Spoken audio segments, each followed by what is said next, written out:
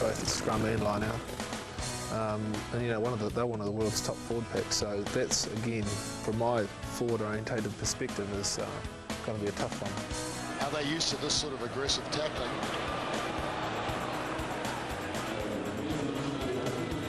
Played against the French a few times, and I don't think we've ever had an easy game. So they've got a tough forward pack, but they can also bring a lot of excitement and flair to the game as well. So they're a great team. Now the French bring it back the other way.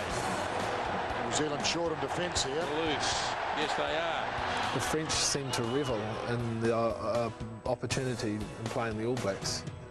Often they're sort of having a droll season, and then they play the All Blacks and play the most fantastically amazing game, and every pass sticks, etc., etc. And I've been on the tail end of a few of those. But Jack did the business. It was off to Hoft. France always play that awesome brand of rugby, and we'll be looking forward to it. All Blacks is a bit different. I think you've got to put your individual things behind you a wee bit and really work as a team and try and bring things out as a team, and perhaps forget your individual goals a little bit. Obviously, when you get the chance to play, you really want to play your best, but at the same time, you've really got to be working for the team. But look at the scrum. Check it out. Very good scrum, New Zealand. We're just going to have to make sure that we ride on our game when we play them. Otherwise, we're going to come second. There's some final thoughts there from inside the All Black camp. Let's get the final thoughts now of Chris Laidlaw and Ian Borthwick with us. Firstly, Chris, as I've just said, I think this is a very important game for this team, this All Black team, because if they were to lose this, then all the old doubts are going to start resurfacing, all the moaning and whining's going to go on. It just, I don't think it would be worth it, would it? Well, it's unthinkable, really, because the public knows that this is a slightly below strength French team. I suspect it probably isn't, because there are a lot of up-and-comers. They can't afford to lose this game. No All Black test against any team here in New Zealand can you afford to lose. I don't think they will lose it. I think they'll win it. There may not be much in it, but I think they will be superior in the forwards. I don't think there's any doubt about that.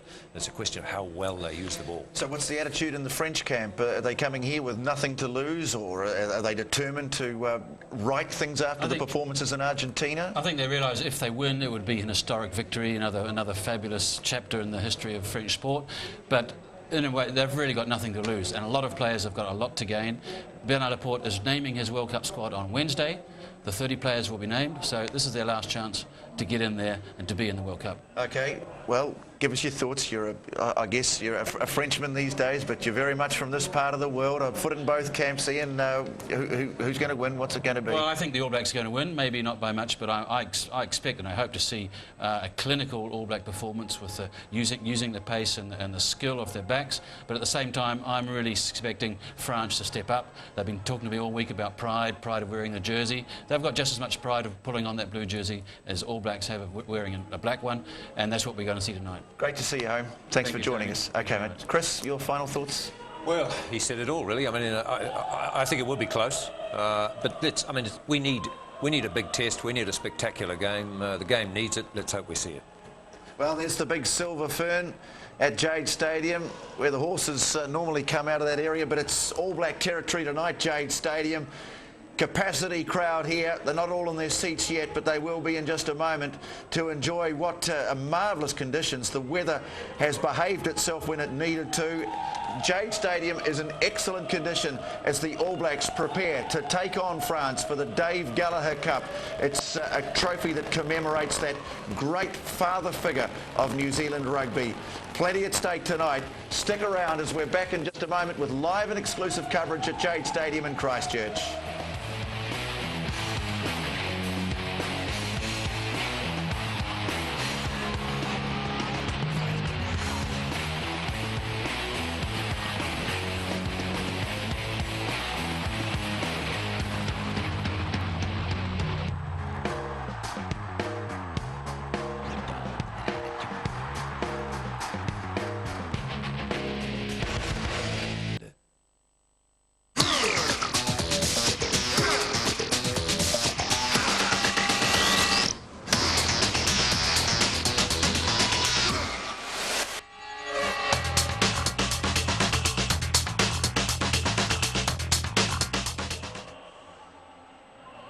International rugby is back in the South Island as Christchurch tonight plays host to the 39th international match between New Zealand and France. Jade Stadium the venue as the All Blacks line up for their third test of 2003, a year that they hope ultimately will see them having World Cup success in Australia. Well, it's a cool June night here in Christchurch. A keen breeze coming off the sea from the northeast, but ground conditions should be absolutely perfect. Near capacity crowd, as you'd expect, for a match of this standing. The French coming off 2 narrow losses in Argentina, while the All Blacks have a loss to England and a win over Wales on their record card this season. The pre-match entertainment again proving popular. It certainly is a cool night here. You can see most of the fans are rugged up well and truly, and the French do have their fans on hand too. What a sight it is, looking down from the helicopter shot to onto Jade Stadium, one of the premier rugby venues in the country for sure. It's really just a breeze, but it may have an effect. The team playing, as we look at it from left to right, will have the advantage of that breeze coming in, as I said, off the coast. And Murray Mexted, who's in the commentary with me tonight. Murray, nothing quite like an All Black France test match. No, I think there's some real magic about it. Of course, I've got some close relationships with the French, but when you look at the record of the French team against the All Black side over the last decade, the last 10 years, they have been the most successful side. New Zealand has only beaten them four times in that 10-year period, 4 out of 10 in fact. Overall record well and truly favours the All Blacks, heading right back to the first test they played back in 1905. 38 games, the New Zealand team have won 27. France have won 10, and there was a draw. That draw, of course, the last time these two sides met in Paris towards the end of last year, 20 all. And New Zealand able to retain the Dave Gallagher Trophy, which, of course, once again tonight will be at stake.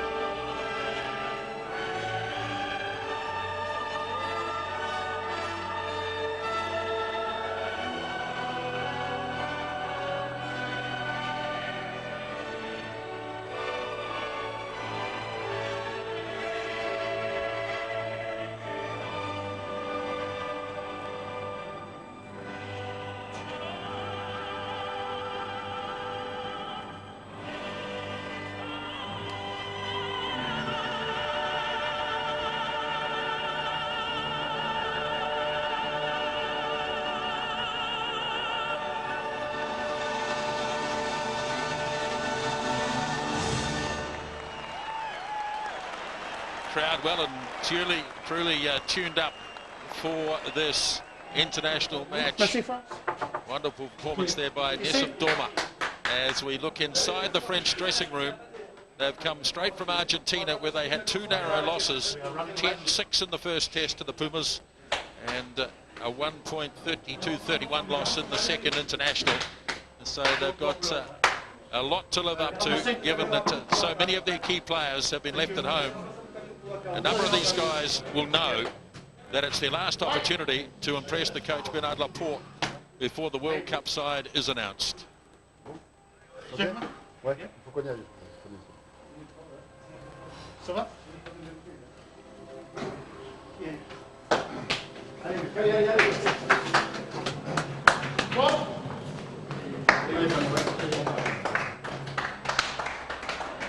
Very much the man in this French side. All the experience and leadership, a lot resting on his shoulders.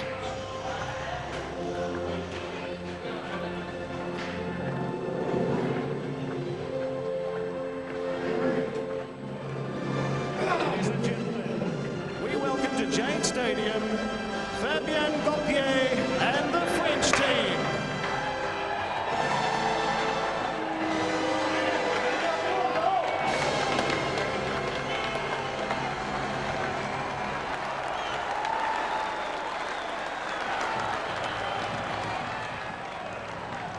The French have come on this tour without a handful of key players, particularly in the forwards, but they do have some seasoned internationals on board, and one of them is loose forward Emmanuel Aranadoke, number 6.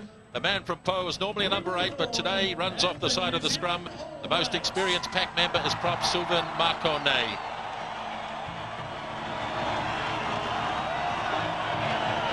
Now Ruben Thorne and the All Blacks.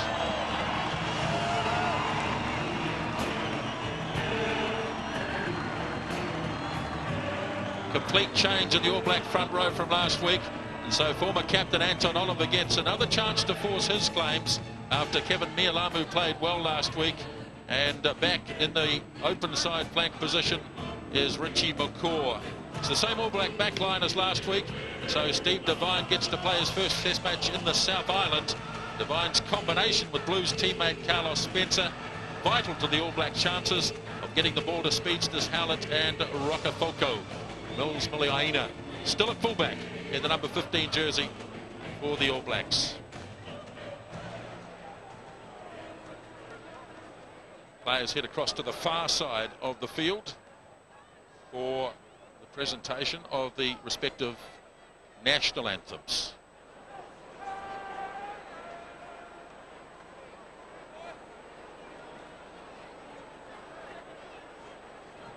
Ladies and gentlemen, please would you rise for the national anthems of France and New Zealand to be sung by Deborah Y. Carpo.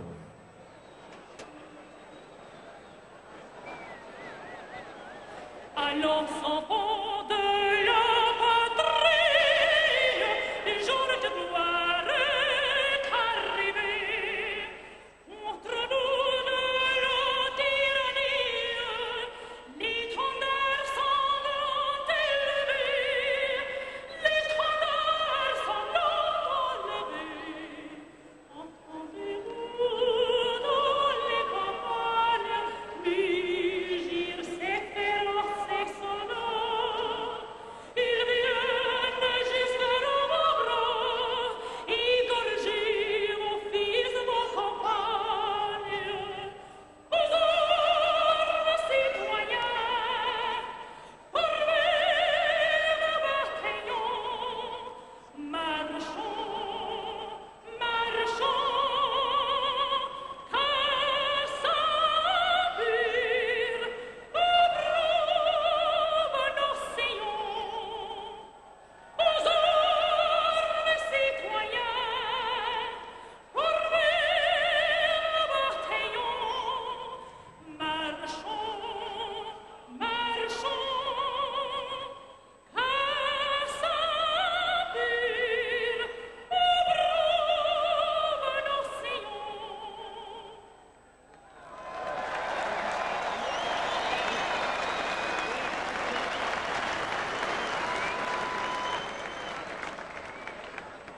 Pretty powerful rendition.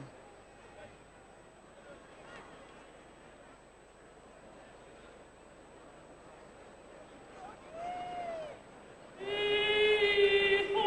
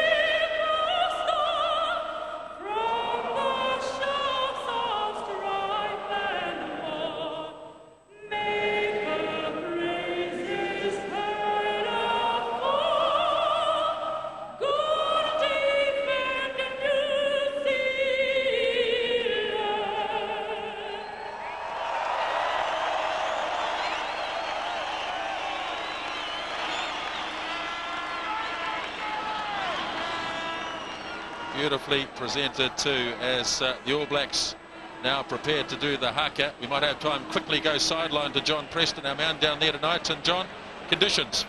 Pretty good actually, Nisbo. We were a little concerned that the rain might come today, but fortunately it hasn't really arrived. A few spots earlier on, but no sign of them at the moment. There is a stiffish breeze coming across an easterly, but shouldn't have too much effect.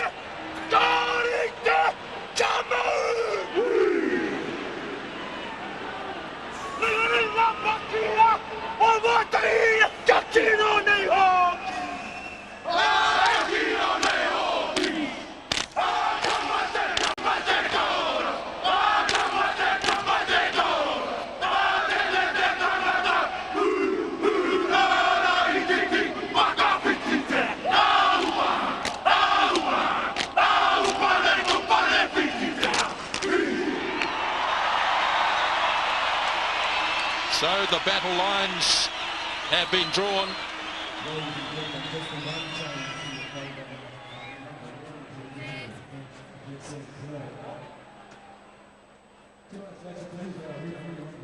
The French almost ready to go.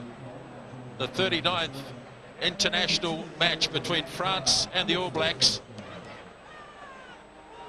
Andre Watson of South Africa has the whistle for this match here tonight. Andrew Cole and George Ayoub from Australia running the touchlines, and Matt Goddard also from Australia, the television match official. And it's a wonderful sight looking down on Jade Stadium. The French in one final huddle before battle commences. The last match of their short tour, which started in Argentina. Reuben Thorne, the All Black captain tonight for the 11th time.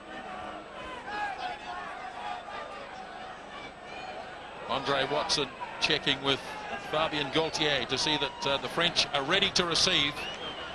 And they're standing quite close too comparatively. So they're suggesting that Carlos is going to drop it short. He goes down inside the 22, and a mistake early on.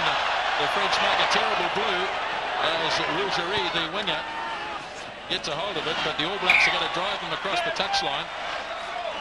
And the All Blacks will have the first line-out throw. Well, he didn't do a good job, did he, of tying up that kickoff? So important. He got out of it relatively well, but New Zealand would be pleased. They forced a line out their own throw, about 15 metres out. Great start, great opportunity. Oliver goes short, and it's too short. Sensational. France win the first one against the throw. And it's a big, powerful French pack. It's relatively inexperienced, and they've lost the ball. Devine gets taken early. The referee's playing advantage here, whether it's for the knock-on or the early tackle. We'll have to wait and see. As Devine now delivers it off to Carter, slings it wide to Umaga. Now it's snapped up by Collins, who had such an impact last week against the Welsh. As Devine moves it to the left, Umaga quick hands on to Chris Jack. Running inside the 22 as the advantage goes. Oliver hands it back. Devine again swings it across to Spencer. Big defence on the All Blacks this time. As Devine again. Now Carlos Spencer. All lost by Carter. And the burst by Vincent Clerc on the left wing side. And now France in possession. 5 metres on their own side of halfway. They need a half-back. In fact, it's Clerc who plays there. Gaultier gets it across to Michalak, and he drives it down as far as Muliaina. Looks like he wants to try and run this back, Muliaina, and he's taken 15 out from the 22. The All Blacks back in possession. Long opening sequence as the kick is made down again to Michalak, across to fullback Poitrenaud, and good tackle on him. Right in the middle of the halfway line, Gaultier. They've got numbers here, the French, but big forward Sylvain Marcanet makes the run. Now the number 8 forward, de Vermeulen. Physical side, the French. Michalak for Gaultier to hooker Yannick Brou. Playing advantage against the All Blacks. Michalak puts a little kick in, And the penalty, the first one of the game. And there was a hand on the ground down there, and it was Richie McCaw who was playing the ball with a hand on the ground. And France have the opportunity to score the first points. What a wonderful passage of play. Absolutely amazing. Absorbing, in fact, started with a New Zealand line out way back, and the ball was won against the throw, and it has been, well, both teams having a real good crack at each other in the first phase of the game. Extraordinary.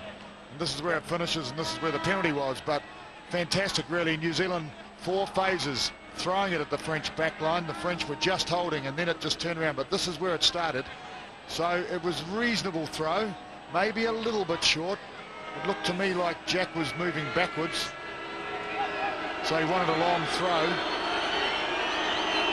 Michalak not too far to the right of the uprights, and up goes the first kick of the night, and it stayed out to the right, so a great opportunity of the French has gone astray.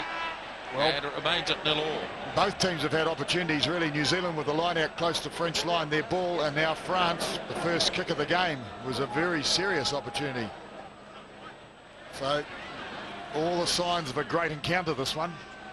They generally are. Spencer. Now, can the man catch it this time? Rougerie, he does. After making a hash of the kickoff, Michalak sells a dummy. Here's Rougerie doubling round, showing pace too. Good defence in midfield by Carter. Daniel Carter came up with a timely tackle there as Michalak gets it on. Poitrenaud on it goes to the number 8, Vermeulen. And they're showing a real willingness to move the ball. Here's the big hooker on the charge, Yannick Brou. He's 30 years of age, but running like a colt. Now it's out into centre field for Damien Trey, just hanging on. And no more. Greg Somerville there making the tackle. Stretching the All Blacks, Gaultier. Now the ball goes to Nicholas Mars, number 3. Debut test match for him. Now out to the right wing side to Rougerie again. And taken in a copybook tackle by Richie McCaw. Might be turned over. No, Gaultier playing advantage. And against the All Blacks, they knocked it on. Well, once again, another incredible phase of play with both teams into it. I mean, I saw Brou running hard earlier in the piece against Umaga, and Umaga driving into him. And then we saw a little bit of the other Somerville just dragging, just holding on, and only just holding on to Trell.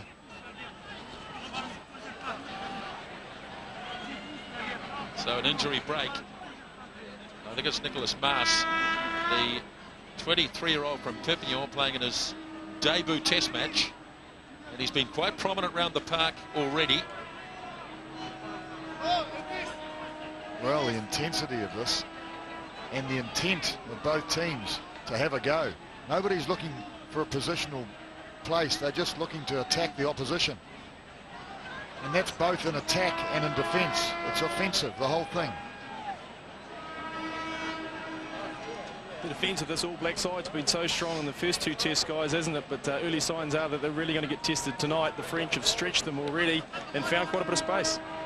Yes, when they've moved it wide, they've had a numbers advantage, JP, haven't they? They have. They're so renowned at their handling and running skills, not just in the back line, but the forward pack as well. We've seen that early on as well. No tries against the All Blacks so far in 2003. England 4 penalties and a drop goal. Wales a penalty last week. But they'll be sorely tested by the French team tonight if this current attitude continues from the French. Quite a long hold up here. Nicholas Mars obviously requiring a deal of attention. Interestingly, I had the liaison officer appointed by the Canterbury Union for the French team just come up to me prior to kickoff and said that the French had been working an awful lot on their lineouts this week. Hardly any on scrummaging, but a lot on lineouts, and perhaps it's an area they're really going to look to attack as well. Well, they proved that the very first line out of the game. They took the ball against the throw. That's quite some bandage. Peter de Villiers, the South African-born prop, is in the reserves. So they've got some power on the bench, the French. Bit of a weight advantage to New Zealand, that's significant. 22 kgs. So this is the first scrum of the game. To be fed by Fabien Gaultier. Picked off the back by Vermilion across the open side flank at Tabaco. And France get a good drive going here. Inside the 22. Now Gaultier to Michalak. Back on the inside to Jojion. Gaultier again, Michalak. The fullback is in. Poitrano. And they're now just 6 metres short as the attacks continue. Michalak delivers the pass across to Gaultier. Gaultier gets it back, ducks under a tackle from Jack. All Blacks being forced to make some telling tackles early in this game. Now they've got it again, Michalak. Back on the inside to the centre, Josion. Gaultier again. Here comes a drop kick from Michalak, and down the middle it goes. The first points in the test match, a drop kick by Frédéric Michalak. Yes, and it came out of 6 phases too. It was the 6th phase. So constant attack. Not quite striking the rhythm they probably wanted, France, and in the end, Gaultier decided they'd take the 3 points. So the New Zealand defensive line held, but that's all it was doing, just holding. Spencer with the restart. Claimed by Tabaco, number 7, the open side flanker. France have had all the possession in the match so far. And there's a rare kick. And it's in touch. Collins wants to restart play quickly. Fires it into Muliaina. He shifts it wide out to Spencer. Drilled straight down the centre of the field by Spencer. Pretty aimless sort of a kick. And the French can do what they like with it. And there's the down as far as Rokethoko. Gets the call from Muliaina. Now it could open up for the All Blacks. Good tackle though by Nellet. The lock forward for France. Devine. Spencer. This is Ruben Thorne standing out on the line. He delivers it back. Devine wasn't expecting it, but he gets it okay. And he gets well and truly drilled. All Blacks now with McCaw making good grounds. Running against the flow. Anton Oliver charging over the 22. Good power. Oh, brilliant over the advantage line. They carry it on. It's pick and go at the moment. Now Devine makes the pass. Spencer looking to run into the gap. Just held by the arm. McCaw throws himself at the opposition. They're 5 metres short. Setting it again for Steve Devine. Short pass goes to Chris Jack, and he takes it back.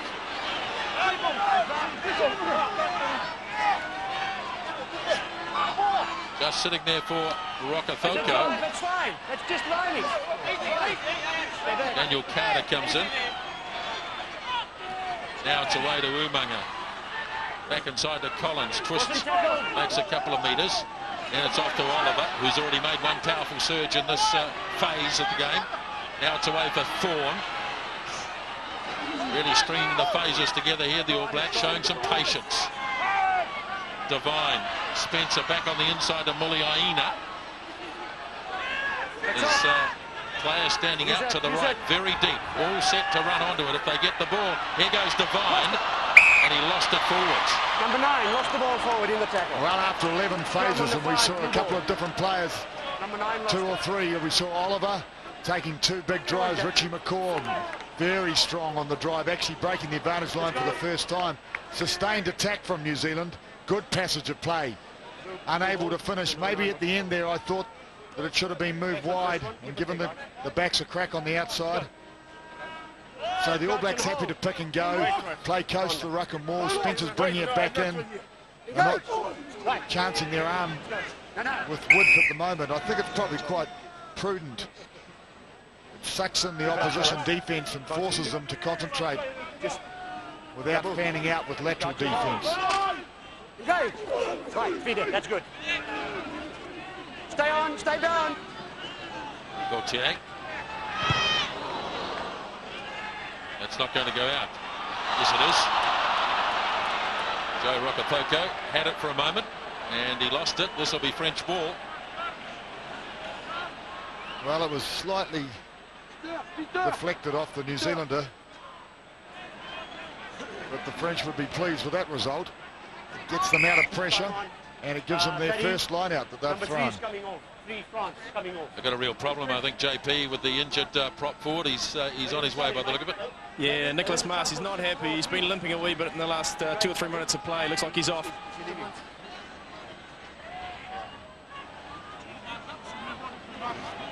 So this will bring on Peter de Villiers, something of a controversial figure after drug testing earlier this season, but he is a powerful player. So he's into the game early. And he's a very, very good player too. So they won't lose anything by de Villiers coming on. In fact, they may gain a bit of mobility. Yannick Brew goes short. Aaron Adoke is the line-out target in close. Gauthier or Michalak. This might have gone off the side of the boot and just in touch on the full. Well, the French look so much better when they run with the ball. Now, there's a bit of a problem here. And I think this might be Jerome Thion. Looks like Arana Dorky in a lot of trouble. Yes, it is. Oh, a head clash there with his hooker. Beautiful ball. Yeah, well, Brew was just too high, really. I think his body position needed to be lower and drive in on the ball. So often the body position of the French forwards are different, though. Disappointing for the young fella, 23 on debut, Nicholas Mars. That's a rather lonely figure there. His test debut lasting not even 15 minutes.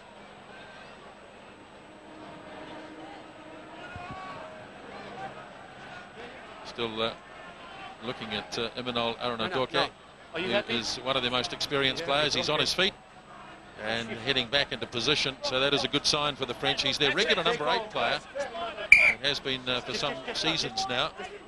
And obviously a fine line-out forward too, so a very important part of their loose forward trio.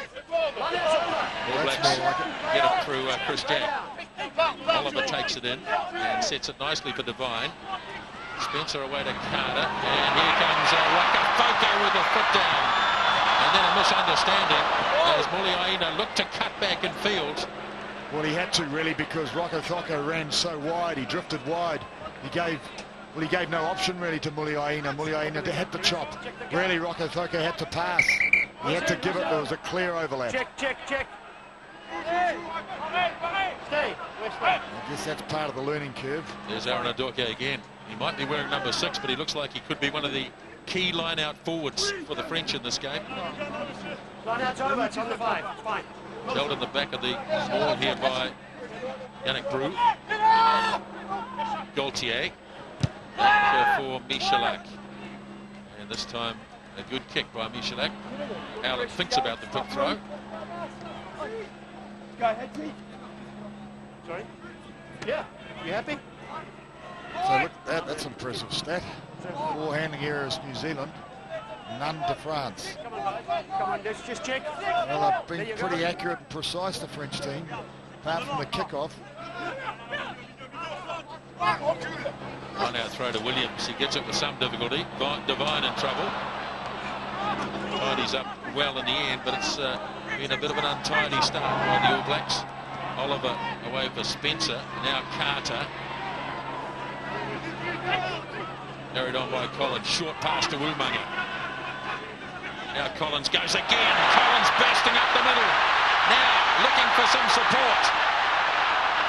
Couldn't find it, so he held on. 20 metres out. Devine now to Spencer. Spencer running hard. Lobs it over the top. Rutgerthal goes in. And there's the first try of the test. Well, put that down to Jerry Collins.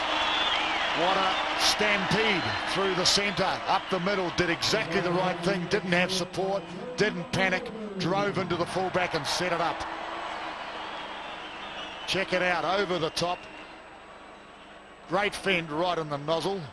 And he just kept on running, looking for support, didn't have it. So what did he do? He lined up the last defender, took 2 out, in fact, set it up. Devine did the right thing. I thought Spencer was through.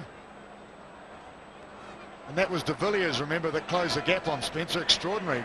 Great speed for a prop. So Spencer realised it halfway through the hole, popped it over the top. Try time. Daniel Carter, 70% last week. 7 out of 10. Difficult first up kick for him.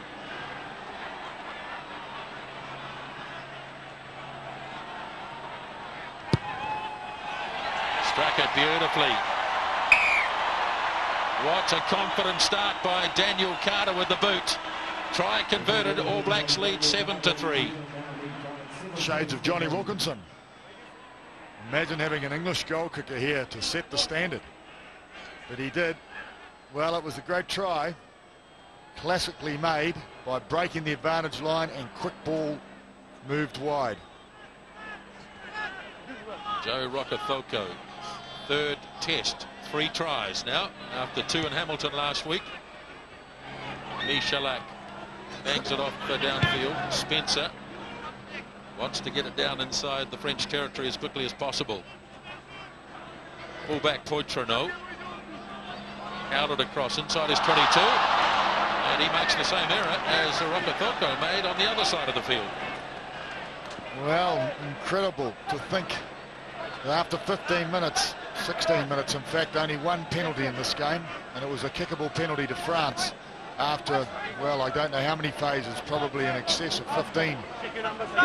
Well, remember the Super 12 final, Andre Watson, I think it was 22 minutes before he came up with a penalty. Just the ball. Catch good. There's Aaron Adoke again. He is the premier line-out forward in this French team. Okay. Good drive by the French. They're still 15 metres short of the All Black line now. Michalak back on the inside to Vincent Clerc. He's the left wing 3/4. Ball is still there. Gaultier gets it off to tight head prop Marconnet. And the ball is lost, and Devine just hoofs it off downfield. And it's a very good clearance indeed by Steve Devine. The French losing control of the ball, and it's cost them a lot of ground. He's got a bit of a limp, has he? Very constructive halfback, Steve Devine. Doesn't search for the gap to run too often, but just keeps on clearing ball and big work rate. Aaron Adoke again. Yannick Brew, the hooker. Can they get drive? All Blacks committing, what, 3 players only? No drive. Here's a little snipe by Gaultier. Taken in the end by Devine, but he made a lot of ground. And Devine, well, no, it's McCaw, in fact, who snaffled it back. Now Devine clears it off to Umaga. Collins. Space here. Yeah, they've got numbers. But they were shut down effectively enough as Howlett has control of it. And number 12. No. Damien Trey. It's a ruck. No hands. Ruck. There we saw the strength of Fabien Gaultier from the previous ruck mix. You mentioned it earlier on. He is a danger man. He likes to snipe, and he did it beautifully there. Well, he saw the New Zealand forward, the last forward who was hanging off, charge in to try and get a go forward. There it is there. It was Chris Jack, and then he saw the hole, so he took it. I thought Devine did well to hold him here. But the ensuing backline movement from New Zealand was really interesting because they had space and they had numbers out wide. The gap sort of opened a little bit, and Howlett half took it. Oliver. Now Collins. Got away, number 9. It's fine. Fine. Ball has been turned over. The All Blacks lost control of it. Gaultier. Now they get it wide to Rougerie. And he lost it. Regained it though, I think. Wait. Well, she's pretty keen stuff down there. Scrum in, 5, black ball. Blue lost it forward. Turnovers, just 1 each at this stage in the game. But I see the possession stake still favouring France. Now is this JP, maybe you can help us on the sideline. Is this the same leg that he was favouring before? I don't know. Yeah, it seems to be up on his gluteus area, actually. Max, I'm not too sure it's too much of a problem. He's taken a couple of knocks already. He's had a little bit of bobbly ball come back, and these French forwards are pretty quick to pounce on it. He's not the biggest of men, so he might take a little bit of punishment in this match, but I think he's okay. Pray tell me, what is gluteus? Is that what you drink before the game? Just study your books, Max.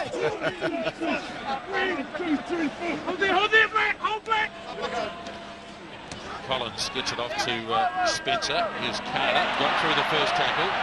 Then he had the ever-present Richie McCaw right there. Oliver, who's made some strong runs so far. He has. Devine again goes short. McCaw gets up and goes again, and he has the ball knocked out of his grasp. And the ball lost forward.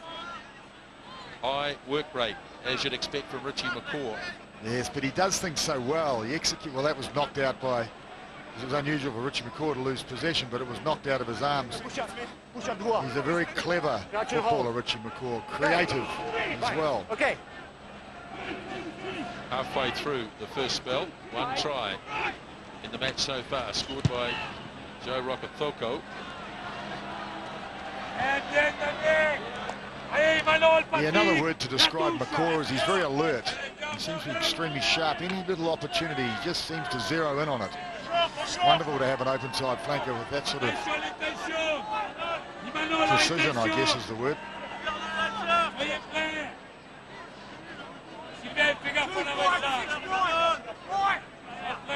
Harley Williams backing right off towards the end of the line-out, but he's not the target. It's Chris Jack, beautifully taken. As Devine feeds Spencer. Rocket, Dante straight through. He'll have too much pace, I think. Should go all the way. What a great try. Fantastic. Absolutely magnificent. That is outside gas. Big time. The timing of the move, the execution of the move was fantastic. And then it was all the pace in the world. Big, strong, fast, marvellous.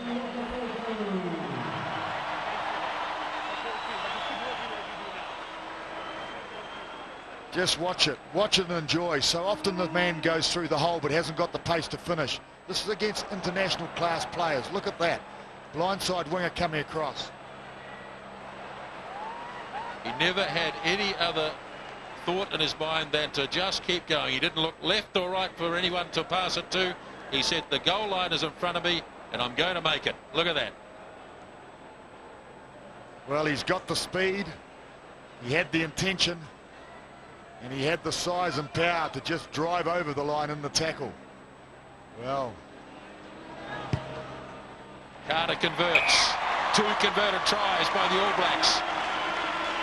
And they lead now by 14-3. Lovely work by Carlos Spencer as well. He managed to draw 2 of the French defenders, 2 of the loose forwards, in fact. Mamillion, the number 8, and Peter de Villiers, I think, who was the other defender. He drew them beautifully and opened up the space for Rokethoko. Yes, indeed. It's delightful, though, JP, to see such fantastic finish in this All Black team. Howlett and Rokethoko. Taken by Devine. Now Spencer. Gets it up and opens up for Collins. Now he sends it off to Carter. Quick hands required. Rokethoko with his speed again. And McCaw can't hold it. Had he done so, it could well have been another try, possibly to Steve Devine. Oh, the French starting to open up a bit here. Well, what amazing range of skills shown. Have a look at, there were so many fine little touches here. First of all, Jerry Collins running for the hole, and then just giving a cheeky little pass. Carter, good pass. Mamuli skills. And Richie McCaw making the most of it, not quite able to get Rokethoko away. So France have got some concerns about their defence at the moment, as Damien Trey makes the kick. Muliaina immediately hears the call wide out from Doug Howlett, and a chance for Howlett to have a go. Umanga trying to stand in the tackle, flipped the lovely pass to Howlett. Really starting to find some confidence in their play now, the All Blacks, as it goes across into centre field to Reuben Thorne. Spencer back for Collins. Again, showing his power as he wades through a couple. The ball is out. The ball is out. The bird can do its thing. Ball is out.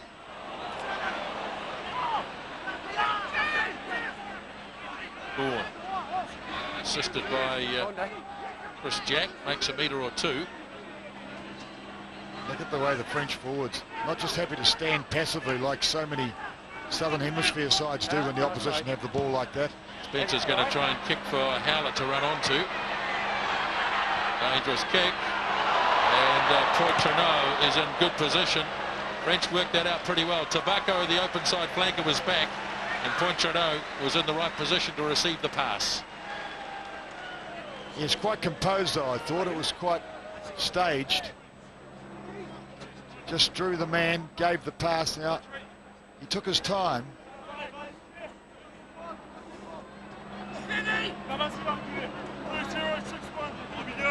Anton Oliver. All Blacks going deep this time to Williams. Not a good throw though. It went on the French side and was easily claimed by Patrick Tobacco.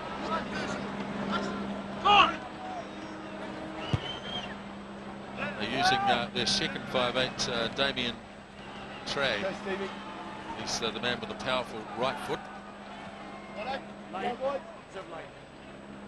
Well, it's interesting to see so many big, strong French backs. So often in the past we've seen small, nippy players, but they seem to be very physical this side, and they can play too. Much bigger throw this time as it finds Chris Jack. Spencer. This time not delivering the pass. Bourne flicks it to Williams as they keep it in tight.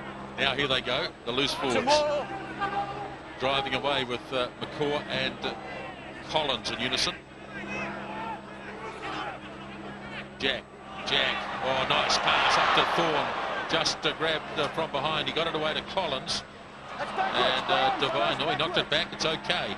So Carter shifting off to Umaga. Ducks under a couple, does Tana.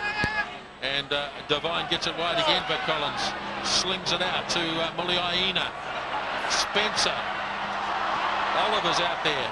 Back to Muliaina. Well, Oliver did the right thing. He cut. You don't put a hooker on the outside of a wing. Here they go. Carter just can't hold his feet, but he's still there. Off it goes to Greg Somerville.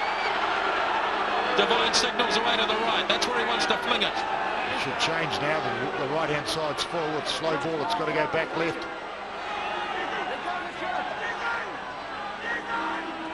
The All Blacks want to try and drive this over. McCaw has a go. Carter's in there. He gets it off to Spencer. Umaga. Muliaina. Wide to Rocker. Thoko! He's got another one! That's a hat-trick.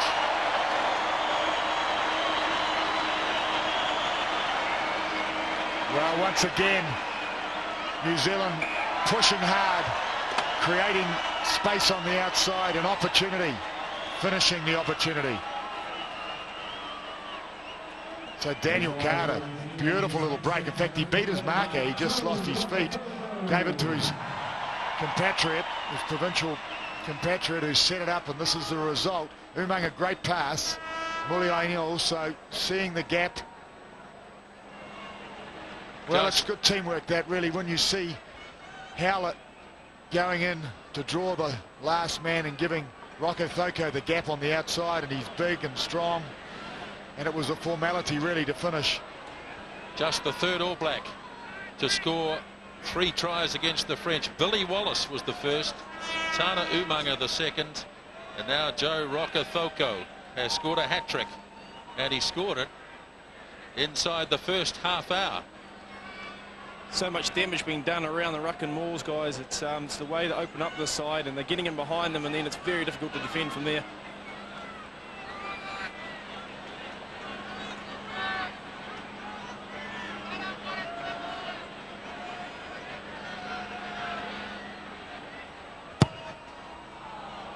Not this time for Daniel Carter. So he's converted 2 of the 3 tries scored by Joe Rocco Thoko. And he's having the sort of start that Doug Howlett had to his Test career a few years ago. Try after try. And that's 3 tonight for the Blues winger. What a feeling. Won't have sunk in yet. That'll happen after the game.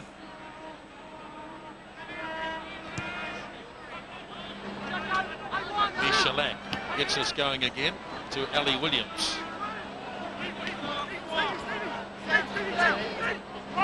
All Blacks have now had more possession than the French. They've turned that round dramatically after the first 7 or 8 minutes when it was all France ball. Poitrenaud takes it and is taken by Thorne. Gaultier thought about the blind side. Not too many back here. Little kick by Michelak. No, just get out. I don't care. I know you just undo it. Against Jerry Collins, that's it. who's Penalty probably there, complaining that he held his ground, which he's entitled to do. I guess if we see this end on, we'll be able to make a call. I know you were there, but don't give him the shoulder then. Just don't give him the shoulder. It's simple. Well, yeah, but it's pretty hard to pull out. He's an abrasive footballer. What do you want? Andre. Post? What do? Pull back and say, give him the handbag, not the shoulder? Let's have a little look. Well, yep, no, I'd say he's guilty. He had to at least have used his arms. He stood his ground. In fact, he stood his ground and obstructed. I think Andre Rotson is bang on. I don't think he needed to either because Umaga had it lined up, but he was not to know that, of course. So here's Michelak, already a drop goal under his belt so far tonight. Pretty much out on centre field here. And down the centre it goes from Frédéric Michelak. So some joy for the French supporters. They haven't had much to get excited about so far. 19 points to 6. Well, he's made a grand start to this match. This is a bigger step than last week against Wales, but he started the way he finished the Welsh game. He's found holes. He's had no real physical contact or confrontation yet. He's found the gaps. Spencer gets it up nice and high. Oh, not claimed by Tobacco, but Aranadorki tidies up. Here's Gaultier. This is what he's very good at. Just sniping down the blind side and making a few metres. Well, it gets a go forward, but that ball's so slow. Here's a little kick, clever kick. And in the end, it bounces the wrong way, but Rougerie had the jump on Rokocoko there.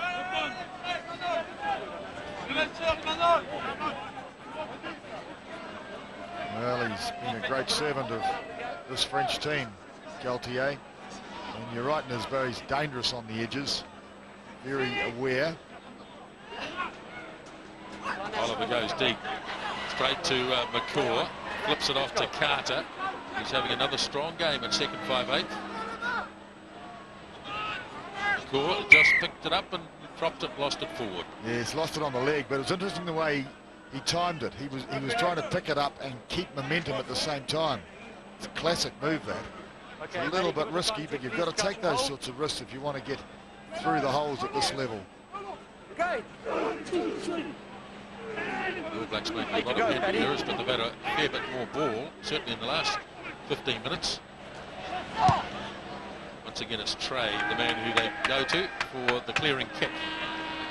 Well, a bit shell-shocked, I think, the French team.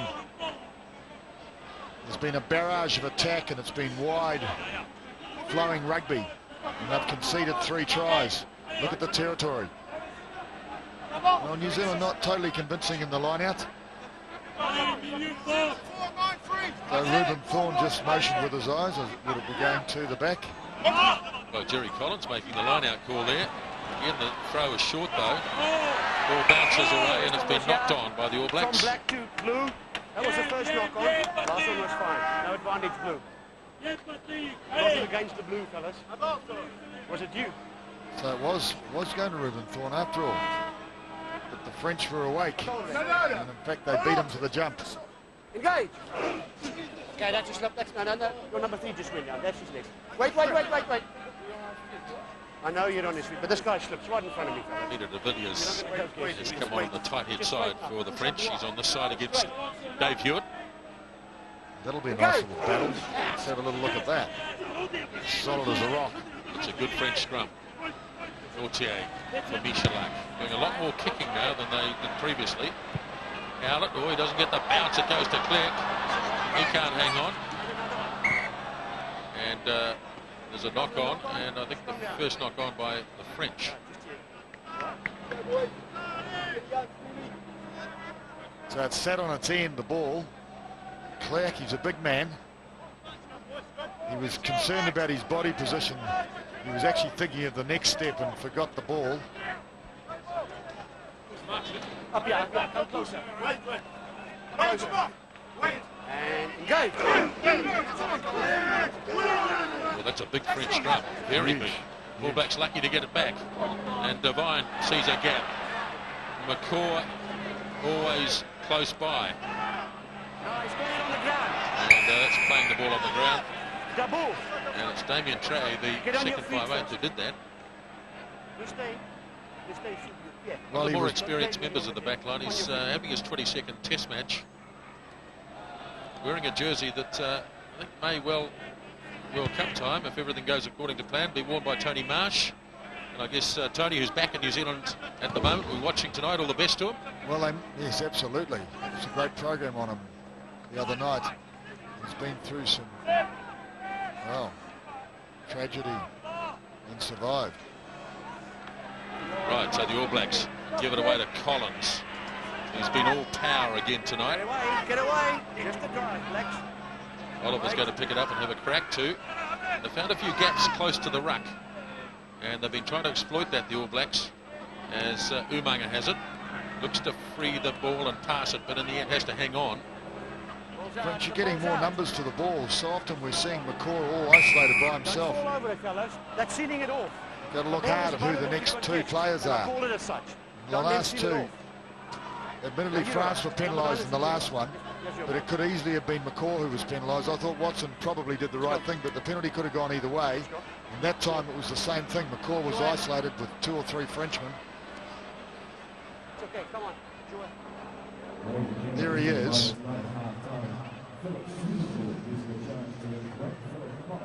The difference in those couple of rucks and mauls mix perhaps being that the All Blacks didn't get the punch earlier on, and so they weren't moving forward. The French in defence probably a little bit more organised, were able to get numbers there. Yes, in fact I did Ruben Thorne a disservice because he was there. It's just that he was having trouble getting the ball. It was covered by the French body position, I think. Damien Trey's just getting to his feet now. Looks like he's going to continue.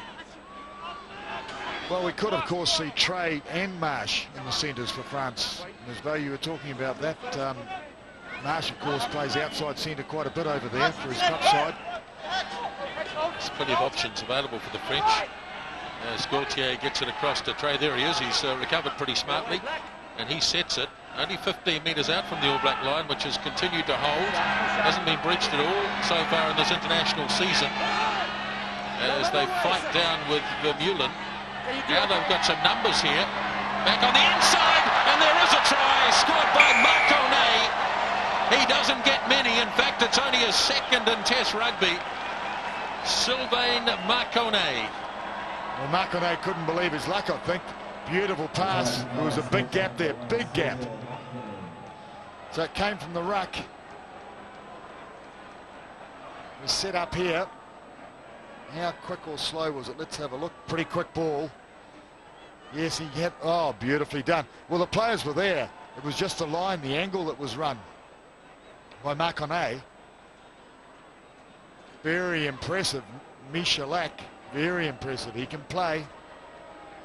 The All Blacks had the numbers, but they actually, Anton Oliver just shot up out of the line, and they got out of the line, and that's what created the space.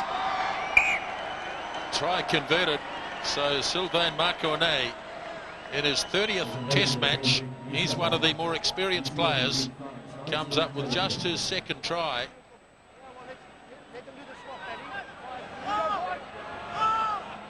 Injury being attended to, but I suspect play will continue anyway.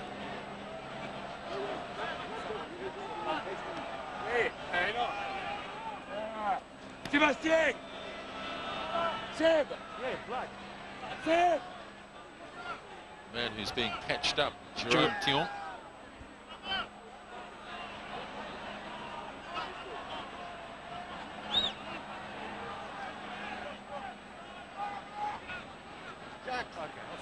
So France back in this game. 6 points in arrears. Okay, when you're ready. 19-13, a few minutes out from half-time. Spencer. McCaw goes high, calls for Collins. Move away, Blue. Balls out.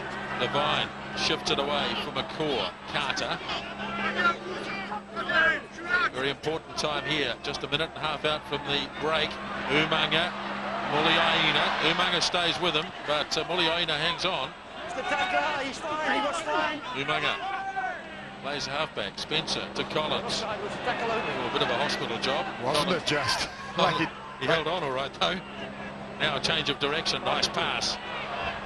Here's Muliaina. So nearly through the hole. He's the tackler. He's the tackler. He Big can do that, defence by fellas. Michalak. Straight down. Number 10 is a tackler. He can close Second up from time me. tonight the All Blacks The ball. It's fine. have committed that offence. In the first half, when there have been very few penalties awarded by Andre Watson, only 6 in actual fact. And another French player goes down.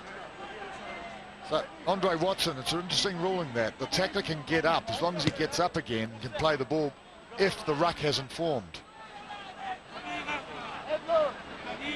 I think this is our man Aaron Adoka again, who's been in the wars tonight. He had that head clash with Yannick Brew before. Looks like he's bashed his head again.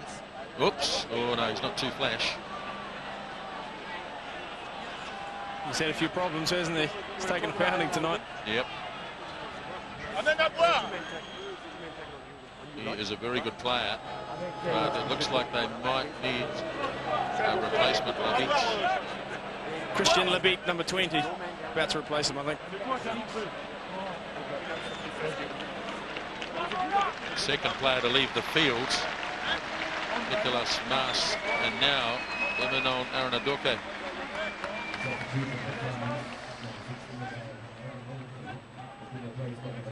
Goes in to make the tackle on Collins. Makes a good tackle. But obviously ran into a knee there. Yeah, I don't know. Maybe the thigh of Jerry Collins. So he goes to the sideline. New man on the field is Labitte. Christian Labitte. Good line-out work. French gaining in confidence here. 19 points to 13. The All Blacks have scored 3 tries to 1. And Rokothoko's got those 3 tries again. Not so good under the high ball. And the ball is in touch. And the first half is over. So Joe Rokothoko picked up a hat-trick of tries in the first half for the All Blacks. France hit back just before the break, though. And at half-time, New Zealand lead 19-13. We had a bit of everything in this first half. We had a fantastic little clash in the first 2 phases of play that stretched for 15 or 16 phases where both teams threw everything they had at each other just to test the line. Really quite remarkable, and it turned out with a kick at goal for France, which they failed. Then New Zealand struck. They started moving the ball. They scored 3 great tries. 3 tries to Rokothoko. We saw breaks by McCaw and Oliver, and then the French came back, and they came back. They had... I think they've withheld the pressure the All Blacks have applied. They've come back and they've finished strongly with a try and back in the match. Thrilling first half of rugby. Plenty to look forward to in the second 40 minutes. The All Blacks lead France at halftime in Christchurch, 19-13.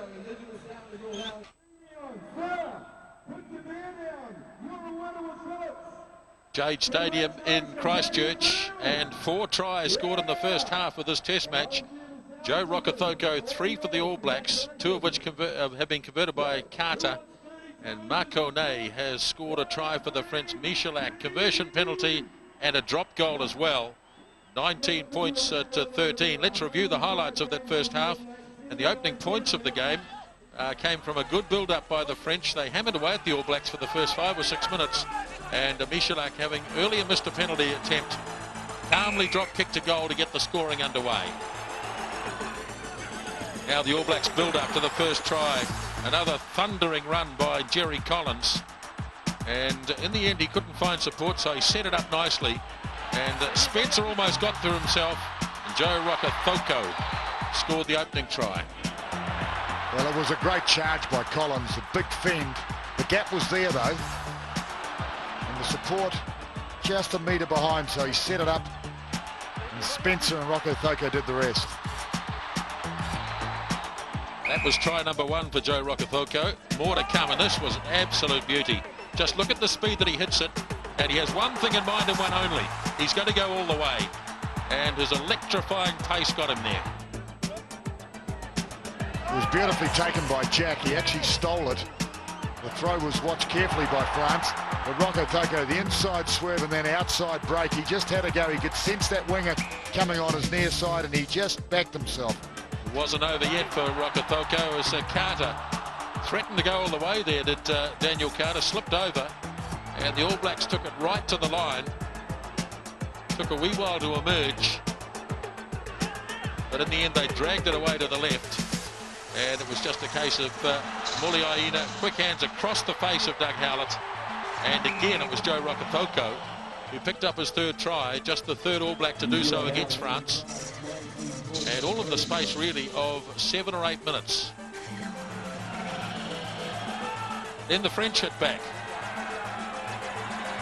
Well, they built it up. This ruck produced really quick ball. The All Black defence was there, but so was the French attack. And in fact, they had weight of numbers in the line that he ran. Marconnet was magnificent. The big prop forward gets the French try, which was converted 19-13, and an opportunity now to have a look at the stats in the first spell. Well, tremendous territorial advantage for New Zealand. They've in fact done that in the last 3 games against all opposition. Possession a little bit ahead, rucks and mauls, but it favours New Zealand. A lot of handling errors on New Zealand's side, but the lineouts are so tight. They're so tight. That'll be interesting to watch that in the second half. But against the throw, have a look at that. So the French are really competitive on opposition ball. And only 6 penalties in the first half. Congratulations, Andre Watson. So the stats in favour of the All Blacks in the first half, and the score too favours the All Blacks. They've scored 3 tries to 1, and they lead at half-time by 19-13. Big crowd at Jade Stadium in Christchurch. The All Blacks playing in the South Island for the first time this season. And the crowd here, and I'm sure the international rugby audience around the world, television audience, have been thrilled with the action in the first spell. 3 tries to 1 as the All Blacks come back.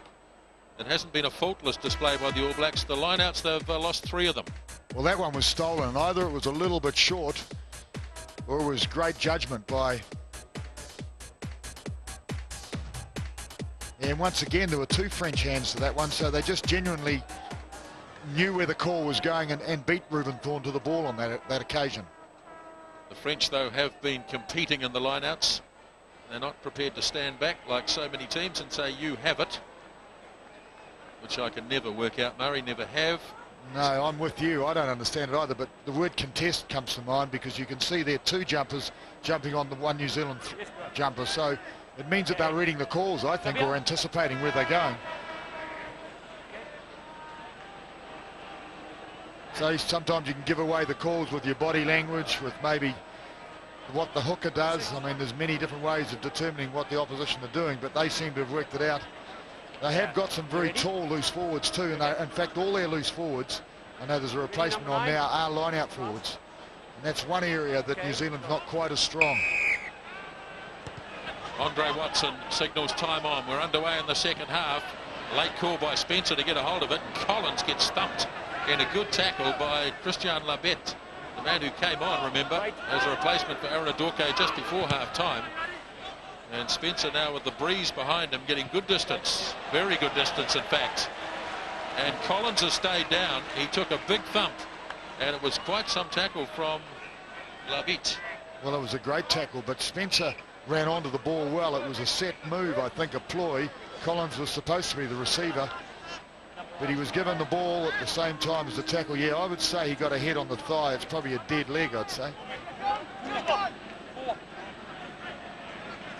So no drama. They call it a cork in Australia. I don't quite know why. You wouldn't have fond memories of this ground. Jerry Collins, very early in his career, a very bad break of his leg. There's no contesting on the French ball. That time they took it unopposed at the back of the line-out. Why oh why? Trey makes the kick. Muliaina fields it nicely. He's got Spencer there in support. Spencer's kicked just a bit too far. He's got it inside the 22. Easily claimed by Damien Craig. Not a good kick. Ali Williams has it. Still going, Williams. Oh, nice. No, not quite. What was that, a backhand flick? Yeah, tried to find Greg Somerville. Well, he's elusive. I remember, in fact, the last game against France, he made a big run down the centre of the field, if you recall. Now, this time, he fielded the ball well, lost his feet, ate the grass on the way, then instant action. Pushed off the wing and threw the backhand flick. All the All Blacks facing the French, so they're going to contest this. Looks like they might. No. Let the French make a mess of it themselves. Oliver's hand was in there too, I think. In the end, it was Nalets who came out with it. Michalak, that's off the side of his boot. Oh, beautifully. Oh no, lost. Lost it. And the All Blacks are going to have this in a good attacking position as Umaga fires it off to the left. Carter breaks down with Carter. And now it's a chance for the French out wide. They've lost it too. This is a comedy of errors. And there were knock-ons and lost ball all over the place. It's hard to keep up with them actually, but Andre Watson's trying to play advantage. Which of course I love, seeing referees looking hard for that. Well, that one didn't actually drop forward. It went down onto his leg and then ricocheted forward. Catch it, hold. So, French scrum. Solid as a rock on their own ball. What a lovely platform. It is. It's a very good scrum from the French, considering a lot of their key guys aren't here. As Araka Thoko frees it up to Collins. Could open up for the All Blacks as Spencer runs. Now Umaga. And Umaga tried to kick it, I think. I think that was the intention. Yeah. I think. Whoa, watch. And Andre Watson said that in the act of kicking, he actually lost the ball forward. Not quite sure why he did. Spencer ran quite a long way before giving the pass. The Carter cut. But I think in golf you'd call that an air shot.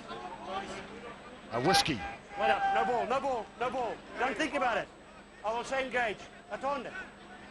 Engage. Well, that scrum's under pressure. Michalak. Back Joey. And this time they do clear it out towards the 10-metre line, All Black territory. Well, I'm just looking really at the number of times that the French backs have kicked the ball. Michalak 8 times and Trey 2 or 3. Whereas New Zealand, on the other hand, well, Spencer just 4 times in the game. That's it, and Carter not at all. So New Zealand keeping the ball in hand.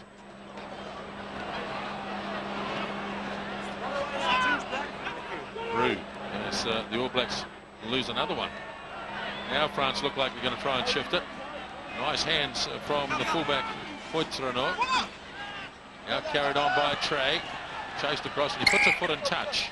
This is a pretty untidy start to the second half from both sides, really. Byron Kelleher's been doing some... No sooner did he hit the deck, Trey. Byron Kelleher's been doing some pretty serious warming up on the sideline next. And just watching Steve Devine, he doesn't look 100% comfortable either. We may see a change there soon. Go, one. That's fine. It's equal. It's a shambles. It is a shambles. One line or two. There were players coming and going. It looked like Grand Central Station. You guys are all in one line, both of you. Hold the gap, fellas. The numbers are fine. Let's do it again. So what have we got? We've got a 4-man line out here. New Zealand ball. So 2 jumpers. And there's Jack at the back, cut off. Again, another throw to France. Well, it's becoming a real concern. And another example of the French contesting the All Blacks throw, and why wouldn't they? Hold it up, that's fine, he's on the ball. Use it now. Now Gaultier frees it off. Trey on the inside. Hands off. Gaultier again. Here's the try scorer, Makane, but he's running away from his support, and the ball turned over. And it's been taken by Thorne, who lays it back. Now Umaga delivers the pass back to Spencer. Straight down to Poitrano. Gets the call from Labitte. Collins is the tackler. Gaultier for Michalak. Now Trey. Nicely channeled back. Now it's been snapped up by Chris Jack. He's got support from the speedster Doug Howlett. They should be able to turn this into a try. And forward pass. Forward pass. Andre Watson was right there. He wasn't guessing. He was right there. Well, Chris Jack, have a look at the turn of pace. Now, he's been chased here by a back. He fed Howlett. Howlett half a gap. I thought Howlett might have had a bit of a go. The French defence was actually very clever. Oh boy, I don't know about forward there. And the crowd voicing their disapproval. They've just seen it on the big screen. That was a strange call. As Gaultier gives it back to Michalak. This won't go out. Howlett waits under the high ball. Big pass. No. Now Steve Devine. Collins. Well covered right on the 10-metre line in French territory. Devine once more to Spencer. Ball tipped from Somerville at the arms of Thorne. Use it now. Let go, you two. Let go. No. In with the shoulder goes McCaw. Yes, but intentionally, I think, to set up another maul, just one wide, which they're trying to drive. Well, they are driving, in fact.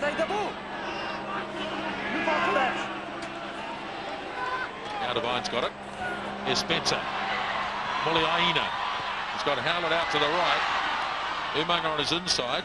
Couldn't deliver the pass, though. And Devine has it again. Here goes Williams. A little bit high from Gaultier. Too high, in fact. Referee's got the arm out. Beautifully laid back. Here's the kick for Howlett to run onto. And back we go. No advantage. And it was against the skipper. It was too high on Ali Williams. 7 phases. Another change for the French.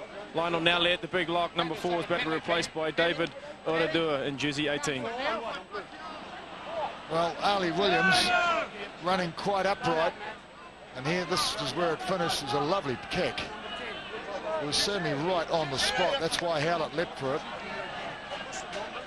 But once again, big pressure on the French defence. It's really interesting. I'm just looking at the amount of lineouts that the French have won, and a lot of pressure on New Zealand. It's all coming from the loose forward department.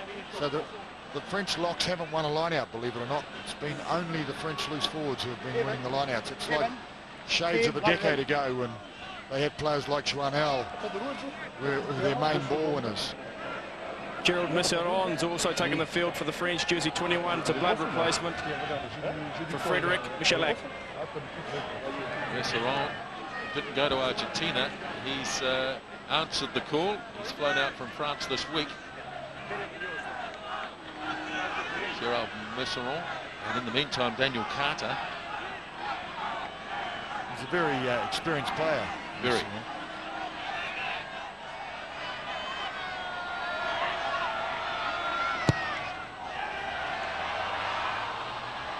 Just swung away at the last moment. The wind just got a hold of it, dragged it away.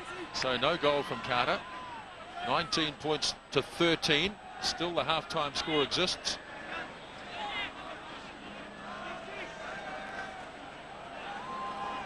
There is Misseron. Williams climbing high, can't claim it. Backwards, all backwards, all backwards. The All Blacks still have it. Andre Watson said the ball went backwards. Umaga. Collins to the 10-metre line.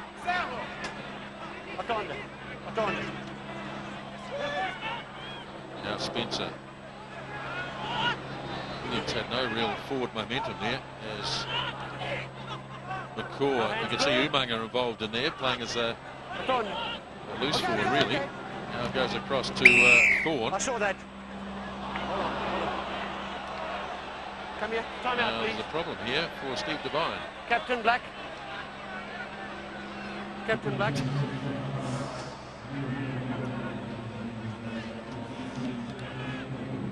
You've got to work with your number 9 to pull his head in.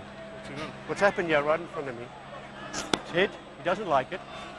The guy just drives and he picks up the ball, turns it out and he has a crack at the guy's honeymoon. I won't have it. Penalty against him. Don't punch. Just stay calm. Another stroppy halfback. They're just like that. They have to be, I think. The cheek of the devil. They've got to niggle away. And of course, when they get niggled, they often react. Let's have a little look at it. A little bit slow. He got well buried by the loose forward, and he's entitled to. Well, but he didn't do anything, Andre. Yeah, what did he do? Andre. The crowd are telling him because I've just seen it on the scoreboard. Well, he was sacked. Basically, he was sacked. He was a little bit slow clearing the ball because it was hard. He had to pick it up and clear the legs and arms in the way. Sacked by the replacement and nearly pushed him back. So here's a new goal kicker, Damien Trey. Kicking into a bit of a breeze. Oh, he's got the distance, plenty of distance. Just away to the left, though. Michalak is back on for the French side at first 5. Well, I have to make a comment.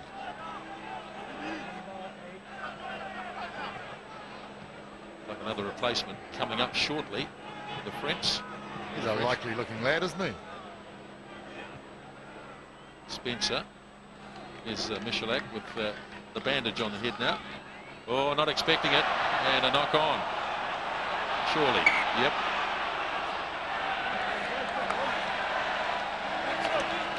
Yes, well, handling errors, they've been pretty good in that department, really. They've had half the handling errors of the New Zealand team. Another change to the French, and in fact, it's Christian Lebit who's wearing jersey 19. There must have been a jersey change to the French side, and it was Sebastien Chabal who came on earlier in jersey 20. Christian Lebit is replacing Elvis Vermillion. Oh, another good French scrum. That's a beauty. All Blacks have got out of it though as McCaw heads off across field. Slips the pass to Muliaina. Oliver sends it wide for Collins. Collins again breaks a couple of tackles, then lays it. Slow ball. So they give it to Jack to set it up and get some go forward. Once again, it's slow, so will they start it again, or will they? All the New Zealand backs are split. So they want go forward ball. They're not happy to pass it back in stationary position, which is good, really. It's been one area that certainly has developed in the last 12 months. The second bite of the apple, I'm calling it. Here we see Kevin Mialamu taking the field, replacing Anton Oliver. Well, Anton Oliver's had a strong game with the ball in hand. Probably lineouts have been the area of debate, I guess. Thank you. Use it now. It's gone. Bit of a concern against about the All Black scrum here as Umaga charges off into the gap, taken by Michalak. Now Devine. Here's McCaw. A number of times McCaw has taken it up. It's been extraordinary. He's been the main receiver. Set pieces have been concerned for the All Blacks. Here's Mialamu immediately. Powerful runner with the ball in hand. Now slings it across to Spencer, back on the inside to Jack. Devine, Spencer with him again. The French coming up very quickly and very flat out wide. There's a lack of concentration. The ball goes to the French. No bondage. Last feet. And stay on your feet, don't go down. And he's got the French here, but I suspect the All Blacks just lost their concentration here, and the ball was sitting there for a moment. The All Blacks perhaps looking for a little bit more power up front. Brad Thorne, jersey 18, about to take the field as well. Yeah. If you can do it, it's good. Well, I think it's got to be someone to take the pressure off McCaw. He seems to be taking it up. I mean, Collins is taking it up a bit. And Mialamu makes his notice. He enters and immediately breaks the advantage line, looking hard for support that was available to pass. Thorne replacing Ali Williams. It's So now that's a risk in some respects because the lineouts haven't been going well for New Zealand. Here's Carter, and the first points finally in the second half as Daniel Carter converts a penalty. It's 22 points to 13.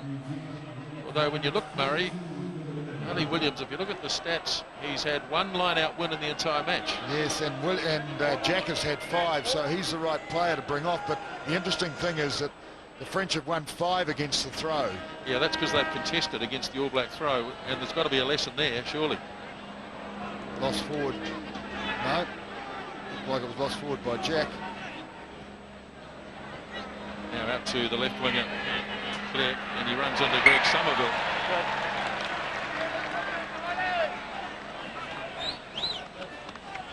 So, of course, Brad Thorne, the area that he's strong is, in fact, exactly that word. He's strong in taking the ball forward. So I would say that he'll probably take a little bit of weight off McCaw's shoulders. But you've got to have ball. Oh, what a great ball, huh? Answers the call. Well, yes, he did that last week, remember? First line out that he came on against the Welsh, he grabbed the ball thrown to him by Mialamu. But he also landed and now allowed a platform to start the drive. Very effective. And there it is, it's still under control. I'd like to see this go on a little bit longer. While I've got all that weight behind the ball, it looks very directed to me. Well, Divine now for Spencer. Clerk is going to try and get under this. He's not comfortable, but he's got it. And Howlett's got him. Well, a change in tactics. Very obvious change in tactics. Brad Thorne taking the ball, establishing a drive. The All Blacks content to drive, and then Spencer dropping into the pocket and putting the kick high with Howlett the pressure. Result, New Zealand line out, 50 metres further down the field. So what will they do now? Will they give it off the top? There he is again. Thorne is the target in place. So it worked last time. Why not do it again? Is their theory here? All the players in behind and the drive. Well, it's a pleasure to watch. Well, he's making a lie of the fact that he's not a line-out forward, Brad Thorne. He's done pretty well at the front of the line-out since he's been there. All Blacks have decided to have a crack up front. They haven't made too many inroads out wide since half-time. Well, the French have done well. They've stolen it. Look at that. Turnover. So they drove it. What have we got? 10 metres. A 10-metre drive from that line out. It seemed to be under control, and they lost their way somewhere. There was a message or two given to the New Zealand forwards there. Gaultier helping his opposite captain up off the ground. Engage.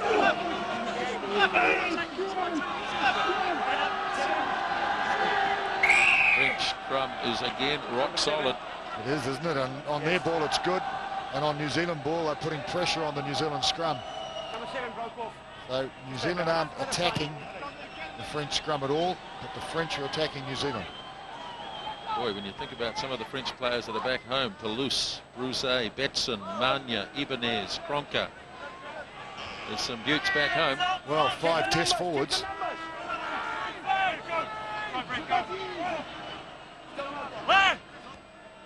Through.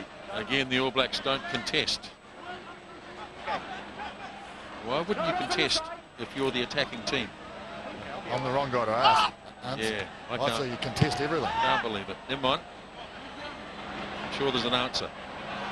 Muliaina. Muliaina, good burst from the back. Here's a chance. Rokafoko again. Spencer holds on. Now he gets the pass up to McCaw. The All Blacks in full flight. Now they spin it wide. Muliaina who started it. Not such a good pass. Mialamu had to check. He's got them for offside, France. But the All Blacks will try and press home this advantage. And he's going to go back, I think. Yes, he is. So interesting to see Spencer when they were running free. Muliaina made the break. Spencer carried on. He quickly changed the pass to Rokafoko. In other words, give it to the man with the wheels on the outside. He could have kept running himself, but as it happens, defence on Rokotoko was great, but have a little look at this. Muliaina, he's so good at this area. I think that comes from his sevens experience. Beautiful pass, and straight away Spencer handed off, but it was good defence. And there's McCaw again. Byron Kelleher taking the field now for the All Blacks, jersey 20, giving Steve Devine a rest.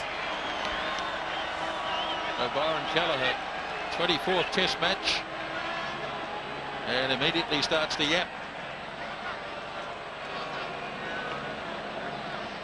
Carter, second penalty of the second half. The All Blacks ease away to a 25-13 lead. Well, I think this is an opportunity for Kelleher. He's been sitting in the wings, so to speak, for quite a long time. He'll be fizzing for sure. But can he harness it and direct it the right way? I guess that's what the judges will be looking for. You can see he's fired up. But can he direct that fire? Michelin with the kick down to McCaw. Another industrious performance from Richie McCaw. Kelleher, nice low flat pass. Spencer gives this plenty. Oh, wonderful. What a kick. Poitrenaud off to Clerc. Manages to evade Doug Howlett, then shows that he can't kick with his left foot, but he does okay with the right. I think he was trying to do a banana kick. Steve Devine's clearance has been pretty tidy all night again. He can certainly be happy with that, and that's the mainstay of his game. But the one thing that Byron Kelleher can add is that explosiveness around the base. Yes, well, Devine ran 4 times actually from broken play. Nialamu, good throw to Jack out into centre field where Collins throws himself near the halfway line. Kelleher, now Spencer, little sleight of hand there. Now it's with Muliaina. Straight down, play on. Controlled in the end by McCaw. Now big Brad Thorne. And he ran onto the ball so well. Kelleher just giving it to him.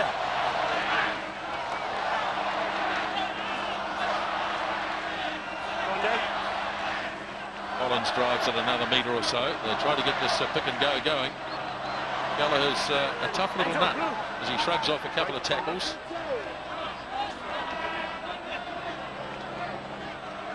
Well, that's 3 times, 5 phases in all. No hands. Where's the ball? Has it been turned over? Everybody's in there. Really slow. Offside against the French. Rokotoko. And they were a mile offside. Number 19. That's one of the reasons why the All Blacks have decided to go through the middle. Number 19, Miles, about 4 or 5 metres. Christian Lapitz is offside. Where the ball is, yeah. So the ball's been cleared well, and the French backs up offside, no room to move. Another French player in trouble. It looks like it might be French first 5, Frederic Michelin. What have you made of the French inside backs, JP? I think Gaultier has been relatively quiet. He really hasn't had the opportunities. We saw a dab or two early on, try and get his forwards going, but possession's certainly been in New Zealand's favour, and they've dominated that department, so it's been difficult for him. First 5-8 position, well, he's been under a lot of pressure again. He hasn't had really the ball to work with, so it's hard to really say too much about these guys when they, you know, limited possession, limited field position as well. Here's Carter looking to pick up his 3rd penalty in the second half. He does it again, and the All Blacks moving up in 3s at the moment, 28-13.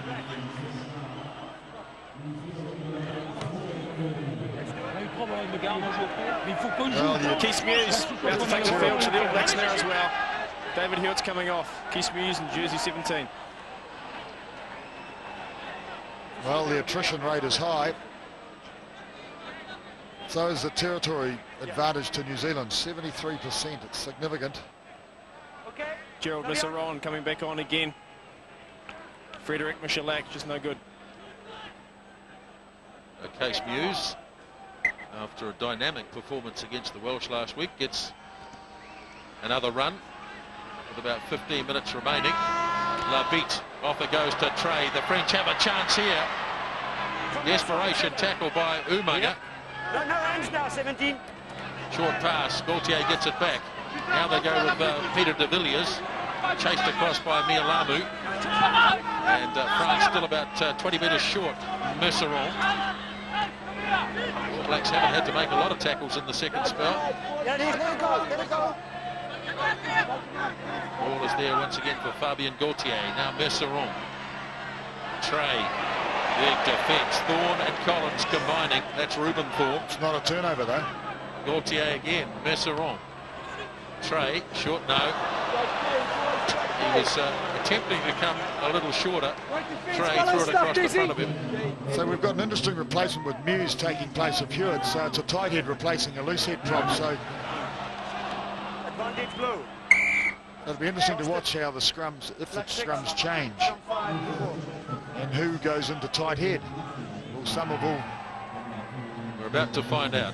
It looks as though it's going to be Case Muse on the loose head. Interesting. No ball. Okay, crouch and hold. No. Fine. Not a bad All Black scrum. Trey running straight at Carlos Spencer. Gaultier. Merceron. Gets it back on the inside to Rougerie. Gaultier. He likes to have a little crack himself, and he does well. Gets it back to Marconnet, the try scorer. Untidy. Taken away. There goes Brad Thorne. He's got a good deal of pace too, the big man.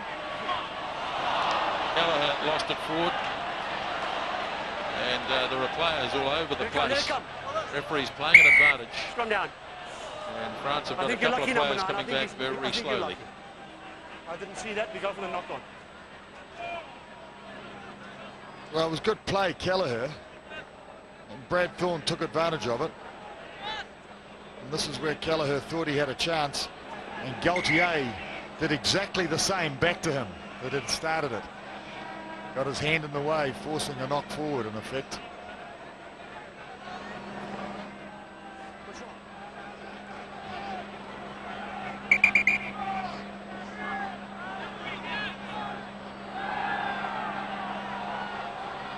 Seem to be injuries all over the park. French in a wee bit of trouble, running low in reserves now. Well, the ground looks more like an American football field every year. The Phillips series and the 10-metre, 50-metre lines. Very interesting. Frederic Michalak, who opened the scoring tonight with his drop kick. He's finished for the night. I've been very impressed with Michalak. He hasn't had great ball, but he created a lot of opportunities. Now France going to change the direction of play. They do so. Merceron slips the pass to Trey. Not really making a lot of progress though. And the All Blacks comfortably defend that move. Merceron to Gaultier. Oh, big defence on Labitte. Marconnet. Gaultier looking blindside. Here he goes again. He's always prepared to have a crack. He might be 34 years of age, but he's still got a bit of pace. Now the French have it up off the ground. Gaultier for Merceron. Looking to get it wide. And again, the All Black defence is very solid in midfield. French ball, 7 phases. Otter-do in 18. Wait up. Wait, okay. That's Merceron again to Gaultier.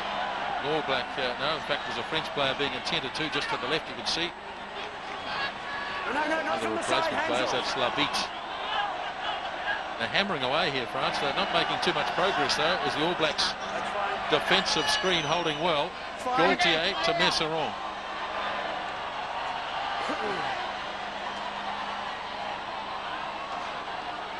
Poitrano. Oh, number 19's okay. He's back in the action. That's Labitte. That's fine. He's just driving it away. It's fine. Still in the arms of the French, and here's Vincent Clerc. Now Poitrano. Marconnet. They get a little bit of go forward, at least, as Messeron turns it back on the inside. Here it is for Tobacco. Now Labit. Support there from Oradu. Now they've got an opportunity. Bounces up. Poitrano.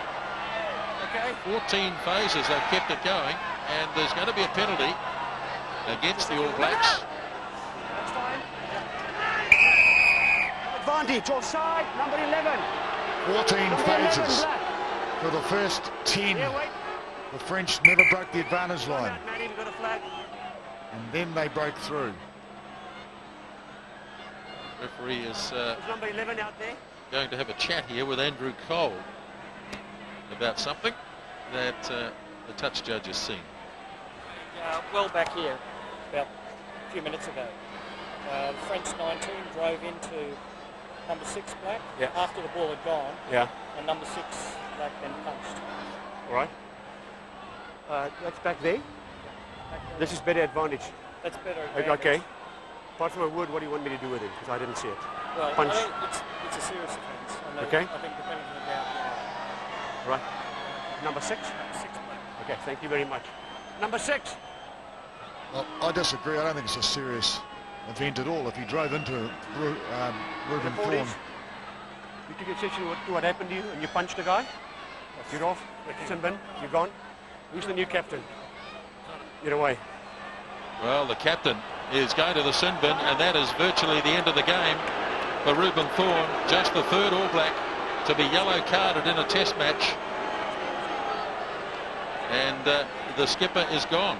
But fairly absurd, really, Andrew Cole, talking about a French player coming in and hitting Ruben Thorne after the ball had gone. Ruben Thorne retaliating. Andre Watson saying he didn't see it. What do you recommend? And Cole said a serious event. Well, you'd have to be. Yes, it's the old story. Retaliation is normally the one that gets cops the penalty. Yeah, but I mean, referees have to look at that. Who is the perpetrator? And he was given the information, Andre Watson. So the All Blacks will play with 14 men for just about the rest of this game. He might get back for a minute. Gauthier, Messeron. Here's an opening up, and in goes Josion right under the bar, and the All Blacks caught napping, and the second try is scored, and this is a guaranteed conversion, and it'll be an 8-point ball game. Well, why you can never underestimate the French. Remember, they're one man down here. There's no number 8 in defence. So it was well sacked. Spencer went wide. There was no one on the inside. But the French have a habit of finding those holes, finding those opportunities. So the conversion from Gerard Messeron, and he puts it through. And France still in this, 28-20. This just opened up. Carlos followed him, and there was no one on the inside.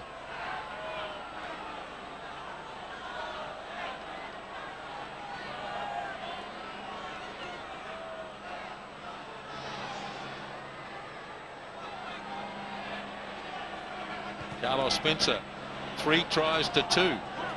Still 8.5 minutes left. 15 against 14. Gauthier. Messeron. He bounced it out.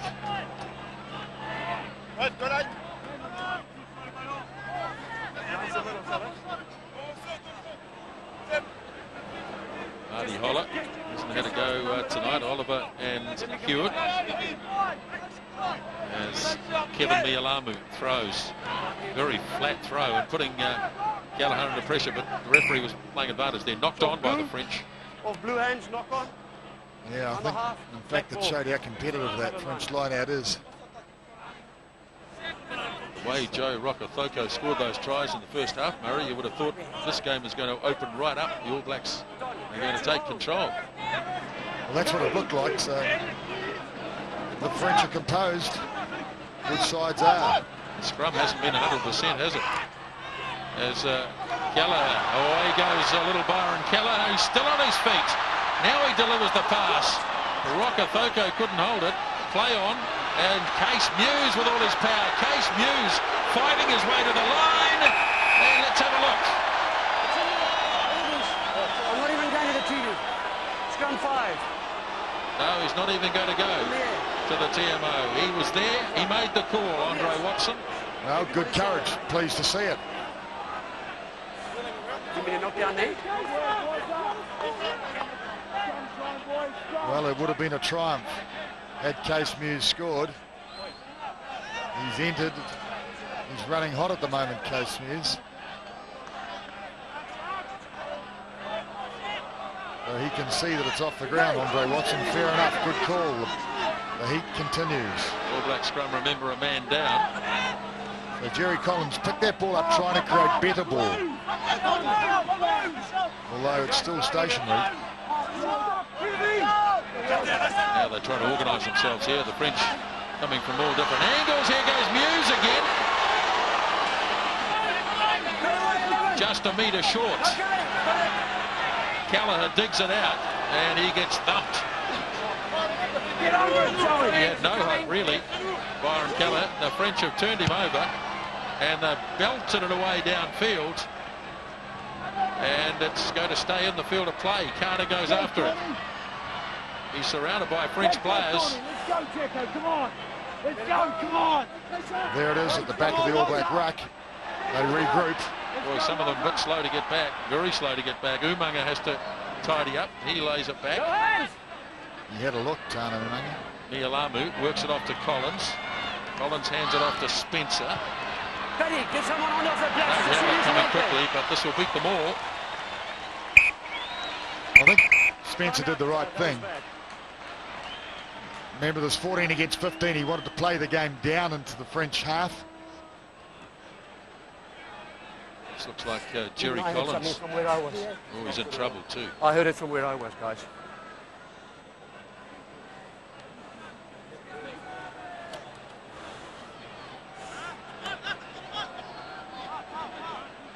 The way he's holding on.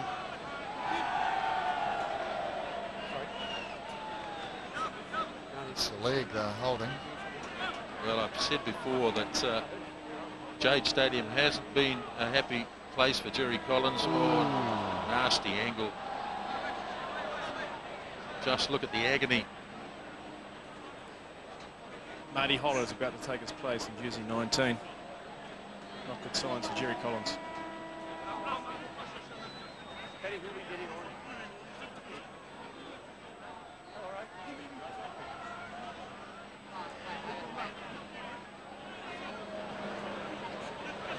Captain in the bin. Well, he's upset because he can see that he's lost Jerry Collins. And Jerry Collins. And that was the punch that Reuben Thorne threw. Well, obviously not a break, although Andre Watson said I could hear it. So that's a good sign for a start off.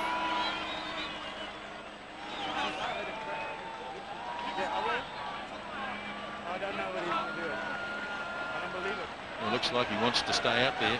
Okay, number 19. Who you want to? Andre Watson said, I don't believe it, so he heard something. But Collins is back and he's running on his leg. So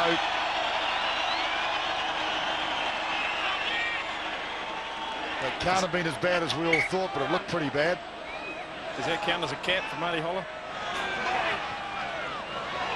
Marty Holler goes back to the bench.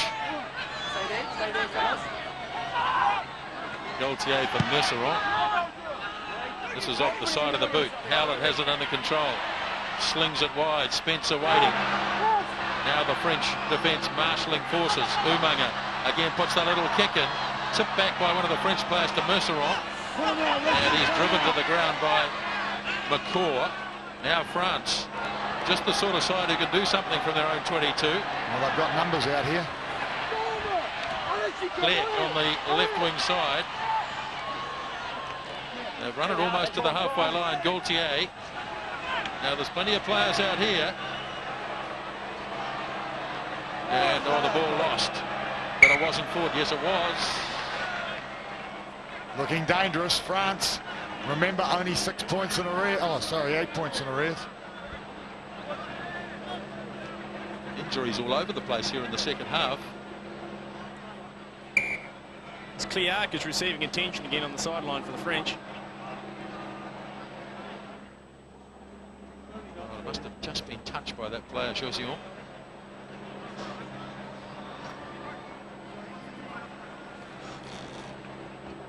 Well, this is the last game of the season for the French team.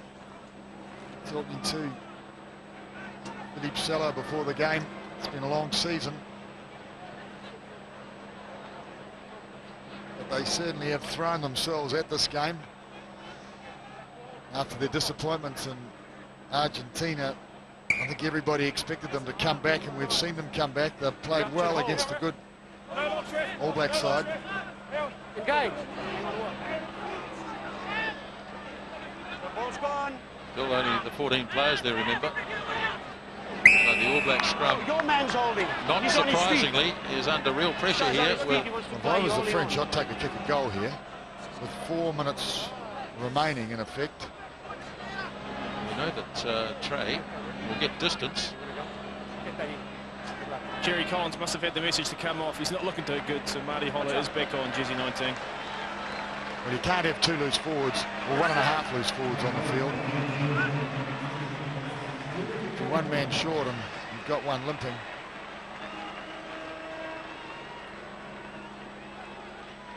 All Blacks have got a couple of weeks off before the Tri-Nation starts in Pretoria.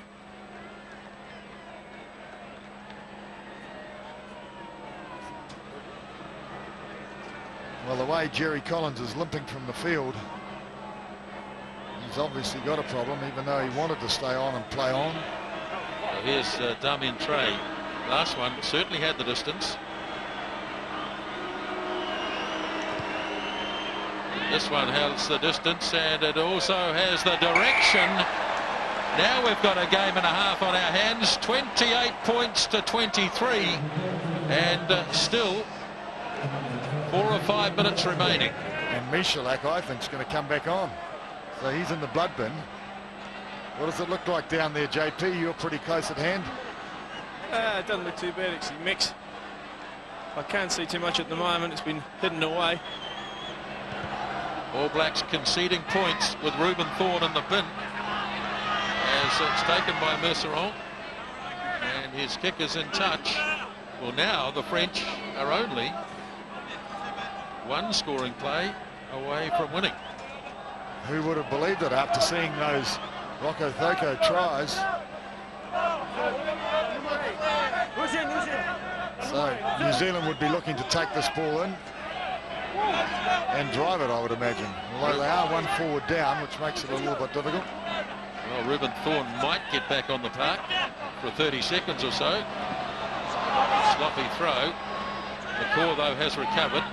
Kelleher to Spencer, up for Daniel Carter. Now it's Chris Jack.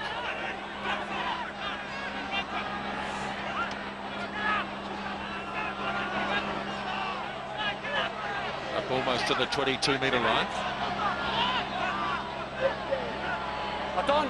Kelleher. Now Carter. Get away, 9. Now it's Marty Holler, who had such a good game last week against Wales. The All Blacks. Spencer gets it back inside to Muse. He's playing advantage. It's going to be a penalty. Number 2. Well, it was Yannick Brew, and that might just be the break the All Blacks need. It's a kick pretty much out in front, and if landed, will give them back that 8-point lead. Well, there's pressure on Muse there. There were French forwards, and the gap was too big for the first New Zealand player to arrive. The penalty went New Zealand's way, slightly fortuitously. Let's have a look at this. Muse did really well, but there's no Kiwi there at all. That player, is he on his feet or not? That's the question you have to ask yourself.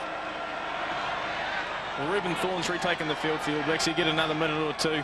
And Pepito Iloga is on in jersey 22 for the French as well. Replaced Ruggieri, jersey 14. So here's Daniel Carter. He's landed 3 penalties here in the second half. And if he can make this one, it'll seal the victory, unconvincing as it is, for the All Blacks. And he does that. And it's 31 points to 23. An 8-point lead with just about a minute left. So it looked like a fairly shattered New Zealand bench there. Game is over. The All Blacks have won it. Reuben Thorne spent 10 minutes in the bin towards the end, but the All Blacks did enough. Even though they couldn't score tries in the second half, 4 penalty goals kicked by Daniel Carter. It was the French who scored the try in the second half. It finished up 3 tries to 2. The All Blacks retain the Dave Gallagher Trophy, 31 points to 23. Well, it's been a real battle out there today. A great game of rugby between 2 fiercely competitive sides. Both teams having their moments. There was a lot of fluency in the game. There were a lot of phases strung together by both sides, and 5 really good tries, 3 to New Zealand, 2 to France. But really the French did come back. They showed composure. They withstood the barrage of attack from New Zealand.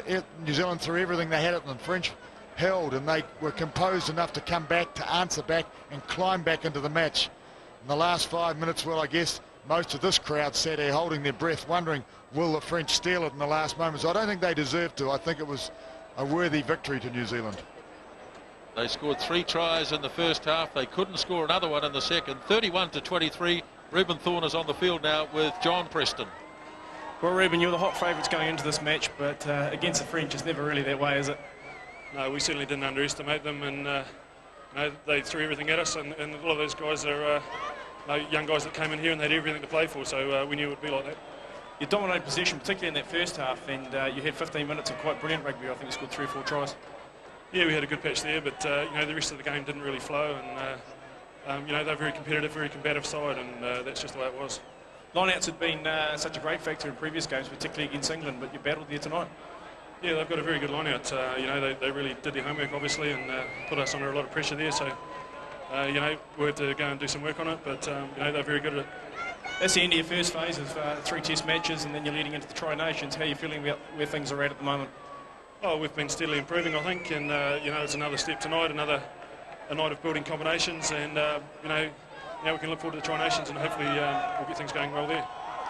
We saw a couple of injuries tonight, a couple of injury concerns, Jerry Collins probably in particular. You've been a few changes here and there in the first 3 matches. That we like to see more in the next 3? I'm not sure. I think the coaches will just look at that and pick a team for each opposition, but you know, I'm sure those guys will come through. We've got a short break now, and then we're into the Tri-Nations. What about the sin binning? Disappointing for you, but looked a bit rough. Oh yeah, no, it's just a heat of the moment thing, and you know, pretty silly really, but I'll put that behind me and try not to do it again. Hey, well done, Reuben. It's always a great win against the French. Thanks very much. Cheers. So there is the Dave Gallagher Trophy. The All Blacks have held it right from its inception a few years ago, and they've retained it here tonight. They led by 19 points to 13 at half-time. There were great expectations, no doubt, at half-time that the All Blacks would kick on and score some more tries in the second half. That didn't happen. 4 penalty goals by Daniel Carter in the second half. The French scored a try, converted and kicked a penalty. A very competitive match, but the All Blacks have the victory here at Jade Stadium, 31 points to 23. The All Blacks have scored their 28th win over France in 39 test matches, but it wasn't easy for them tonight. Joe Rokocoko got 3 first-half tries. In the second half, 4 penalty goals by Daniel Carter, but the French scored a try in each half and remained very competitive throughout the game. 31 points to 23, and John Preston under the stand now with the try scorer for the All Blacks, Joe Rokocoko. Congratulations, Joe. You've joined an elite group tonight. Only 2 other players have scored 3 tries against the French, Tana Umanga and Billy Wallace, who you might not know of. So how do you feel about that? I feel great, especially tonight. The opportunity is there, and hopefully we'll go, especially in the first half, we got some good go forward, and I was lucky enough to get the ball in the end. There was that 15-minute spell or 20-minute spell in that first half where you really put things together and you cracked them around the rucks and mauls, and that gave you the opportunities. Yeah, we cracked them around the rucks, especially the opportunities in the back line. But I guess tonight was more of a games of two halves. Performed the first half, but slacking in the second half. Against the Welsh, you had plenty of time and space. I think everyone in the back line probably did, but tonight they got up in your face pretty early and didn't quite have that same time and space that you had. Yeah, the space wasn't actually there that much, especially with them, the tight forwards pushing up in front. So lucky we had some things in the back sleeves, and fortunately enough we came up with some moves and which got us over the line. I think we're about to see the 3 tries fairly shortly, but tell us a little bit about the physical nature of this French side as well. Well, here we see the tries now. It's the first one, Jay. It was more a case of finishing the work done by Jerry Collins, I believe. Here's your second one. Talk us through this. Just gave me the cord, swept on my inside and swept for the unexpected ball, so yeah. The third, again, was more of a finishing case as well. The work done on the inside, but you've got to have the pace to do it. I think in the second one in particular, Carlos had made the space, but you had at least 40 metres to go. Yeah, Carlos had made the space, but fortunately enough, it was all about timing, and like I got my timing right and came out in the end. I was mentioned before the physical nature of this French side. They're pretty ruthless, and did you feel that out there tonight? Yeah, they're very physical up in the rocks, especially from the start of the whistle and to the end. We fought all the way to the last 10 minutes or 15 or so minutes, and we expected from the French team, and a very passionate team, and we expected it tonight, and we did get it tonight. What is the feeling in the shed? I mean, I imagine that you were hot favourites coming into this match, and we realised that the French are never easy to beat. But what is the feeling within the side now? Boys a bit disappointed about the second half performance, but I guess the only positive thing is we had up a D in the last couple of minutes in the end, and especially with 14 players down. So the boys could take some positive things up for tonight. Okay, Joe. Well done tonight, and you'll be looking forward to the tri-series. Yeah, let's see. Yeah. Congratulations. Cheers. Joe Rokothoko, another one for the trivia buffs in 100 years of Test rugby. He is the first player to score 3 tries, and nobody else gets one. Joe Rokothoko, so a bit of a history-making night for him. So, Murray, here are the stats. Well, it's really interesting when you look at the possession stakes. New Zealand shaded France only. Don't make any mistake, this was a great contest between two teams and a very narrow victory in the end in New Zealand, but territory was a good advantage to New Zealand. And the rucks and walls strong area as well. The lineouts were the one that I think the France dominated lineouts, 5 against the throw, and those whole 15 were won by the loose forwards. So the locks weren't used at all throughout that game. Penalties, we ended up with 15, so there was plenty of rugby. Well, the All Blacks are never going to win anything against the throw if they don't contest. Now let's have a look at the try scored by the All Blacks. Great run here by Collins to set up the first try, which was scored by Rokothoko, and they brought it away to the left. Spencer himself very nearly got through, but then a clever overhand pass, and Rokothoko spinning his way through. We see it again. Collins finding holes tonight, not making the physical impact that he made last week against the Welsh, but finding holes and making breaks and setting up opportunities. I think Spencer read it exactly right. It was doubtful whether he would get through. And one thing about Rokothoko, he's proved that he can finish. Have a look at this one here. Talk about finish. That is just explosive speed. A thrilling try by Rokothoko. Have a look at it end on. Spencer, clever pass. Rokothoko head to one side, the foot to the floorboards, and boom, in he goes. Well, his opposite winger had the inside running too, so he was a shorter angle. That was a great break by Carter. He's much stronger than he looks, Daniel Carter, and he set it up beautifully. Forwards got there in numbers, a little bit slow this ball. But they moved it wide. Umunga, good pass. Muliaina, the miss. Full width of the field.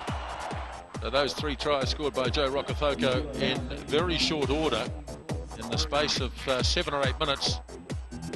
And at that stage, the French looked like they were going to open up like a can of sardines, but back they came just before half-time, and they set this nicely too. And look at the inside pass, which finds big prop forward Sylvain Makone, and right under the post he goes.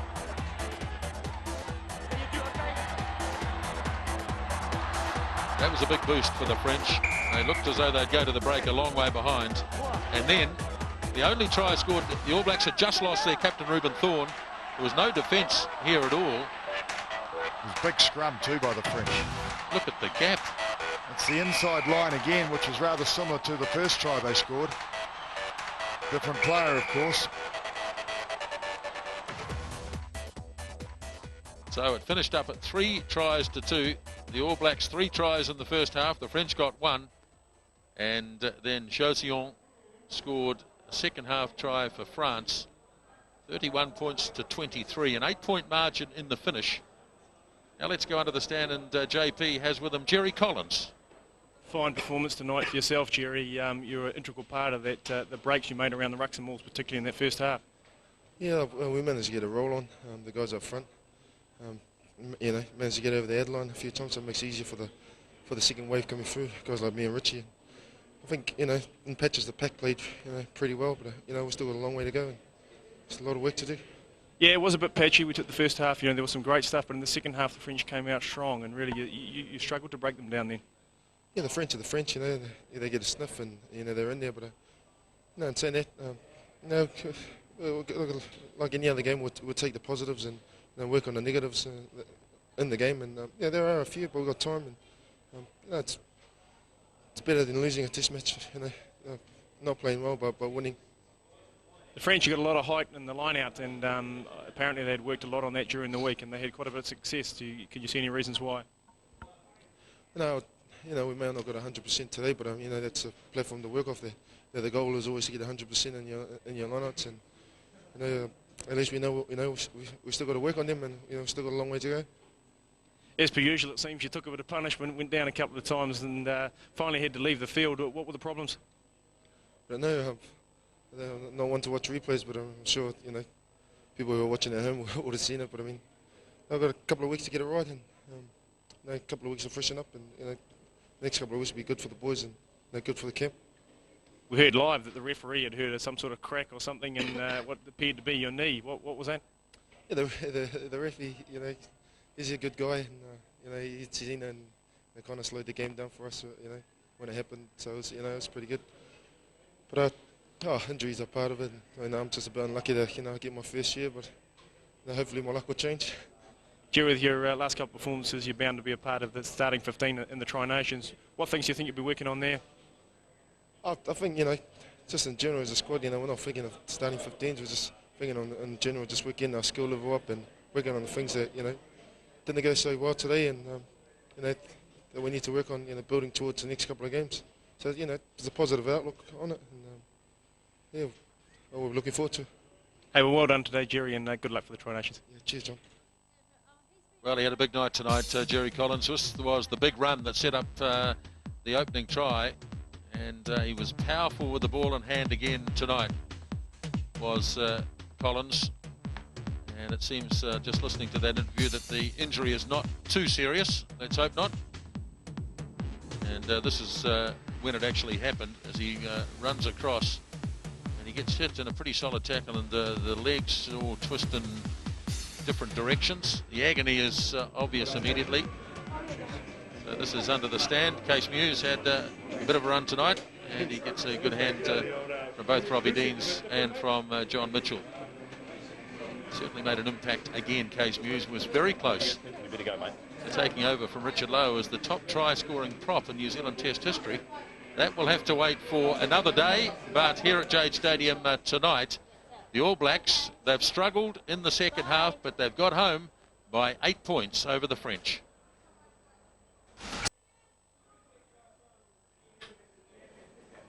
£31 points to 23, final score at Jade Stadium. The All Blacks beating France and retaining the Dave Gallagher Cup. At one stage it looked as though they were going to win the match in fairly impressive style. 20 minutes in the first half, they were looking awesome, but the French, desperate, remember, to atone themselves after those two disappointing performances in Argentina.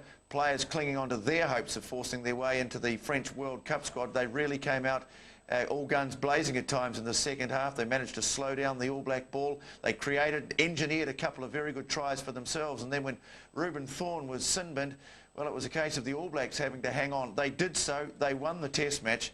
And I guess that's the bottom line. And as Jerry Collins said, if you can not play well and still win, well, it can't be all bad. What do the French make of it? We've heard from the All Blacks. Let's hear now from the French captain for tonight's match, Fabien Galtier. He is with John Preston.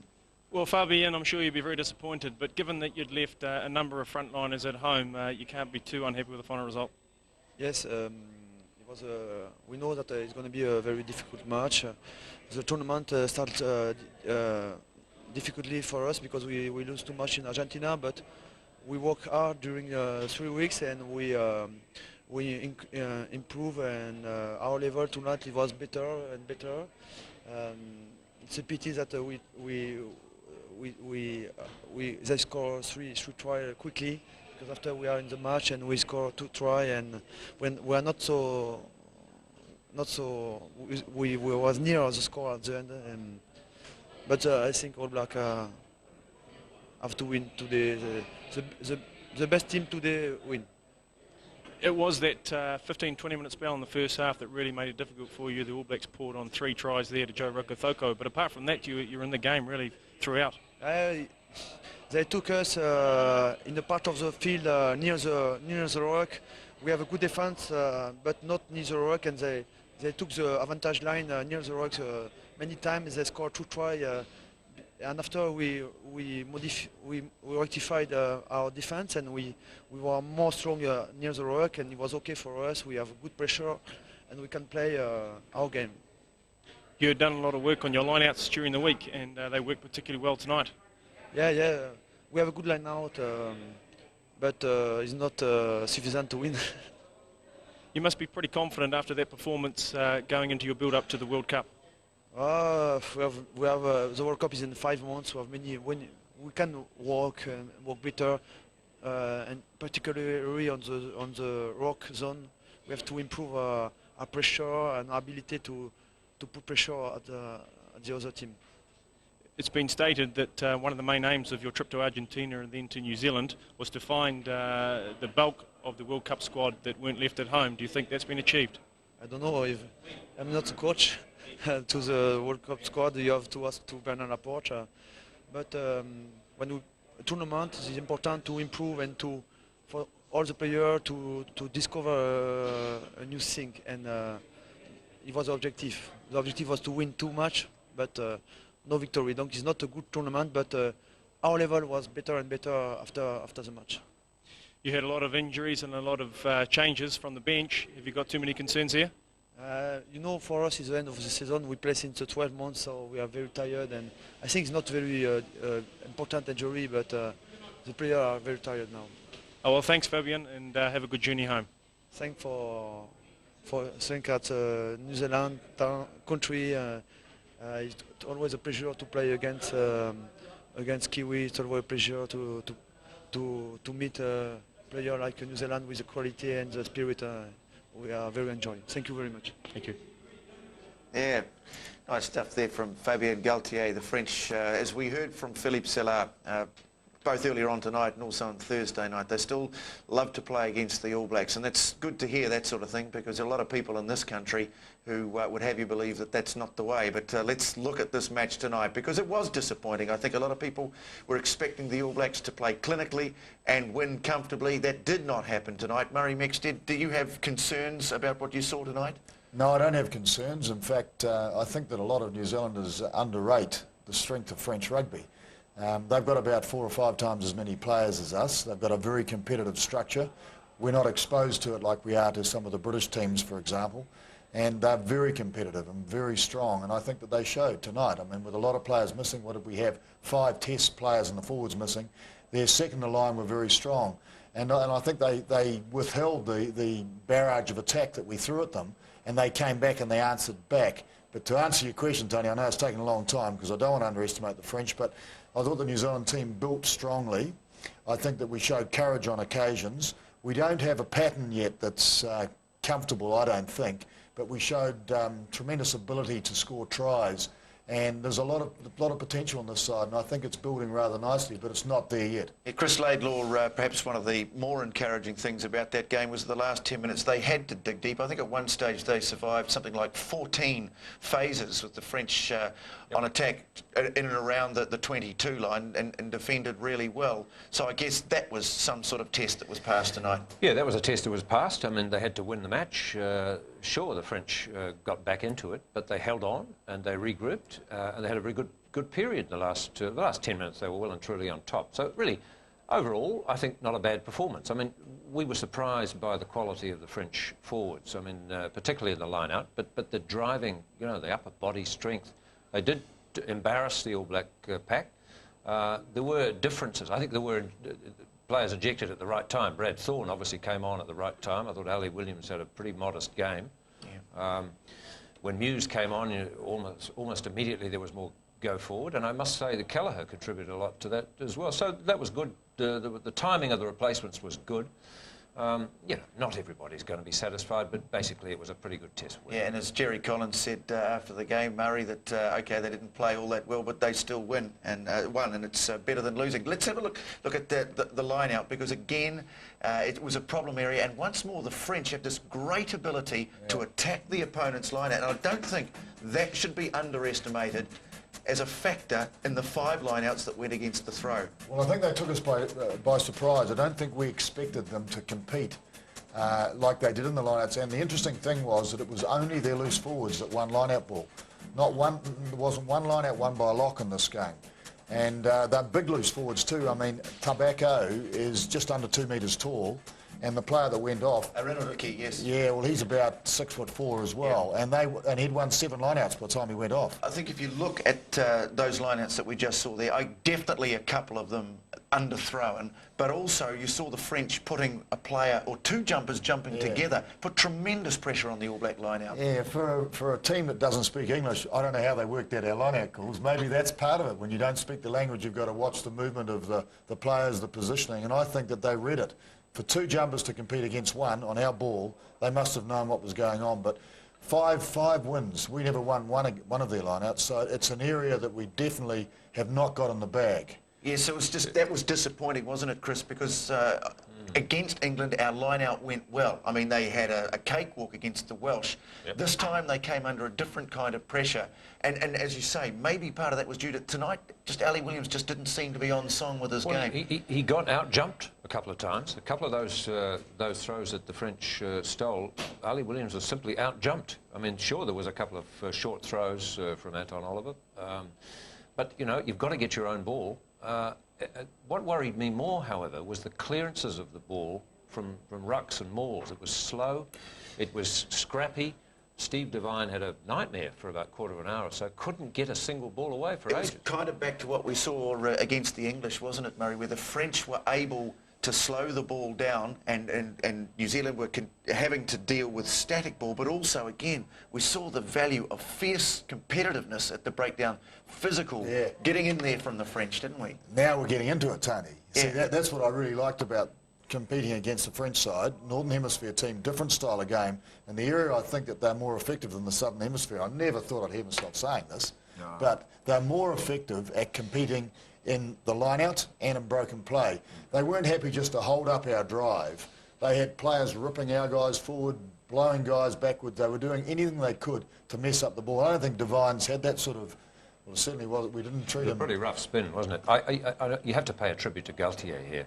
He is a superb operator. He might not be the best exponent of the art of the halfback, but he does so much more around the field. He organises, he's got people running in the right places.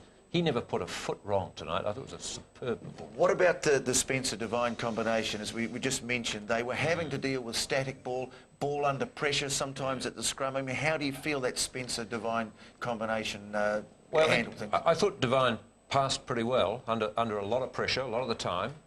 Spencer, well, again, running a little bit too far sometimes. They were trying to do an awful lot on the advantage line, weren't they? Yes, they were, and some of the ball was a bit late for that kind of thing.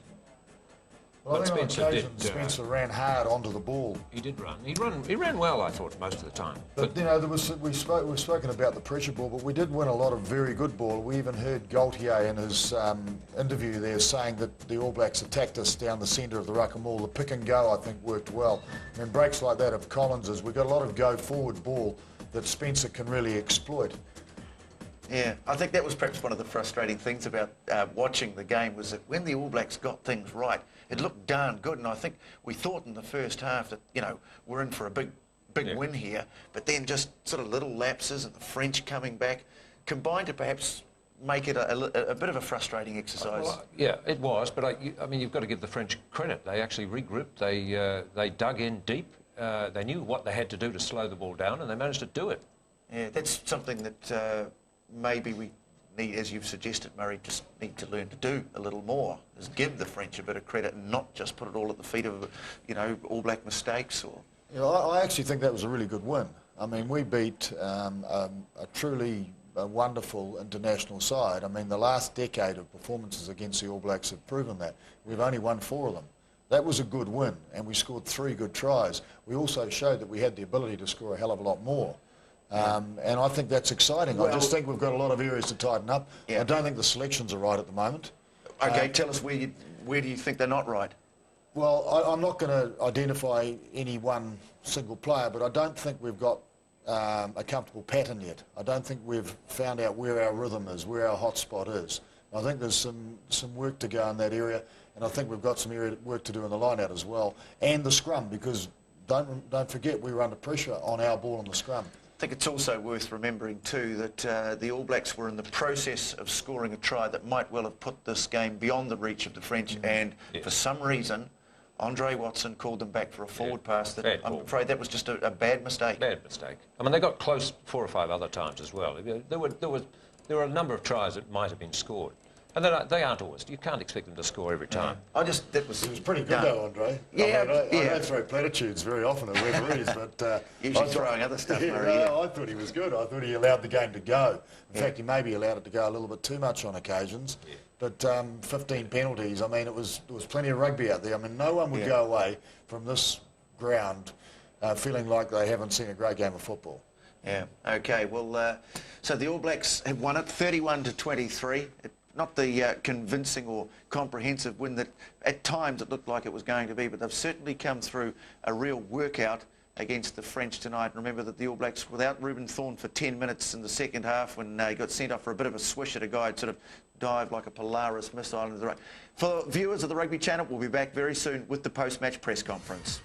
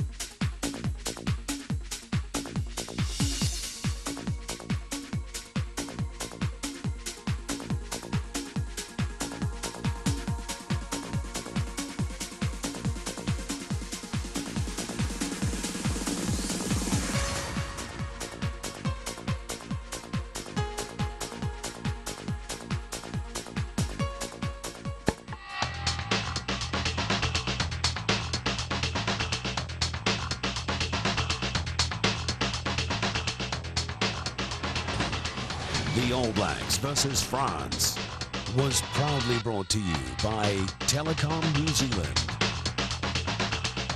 in partnership with Ford New Zealand.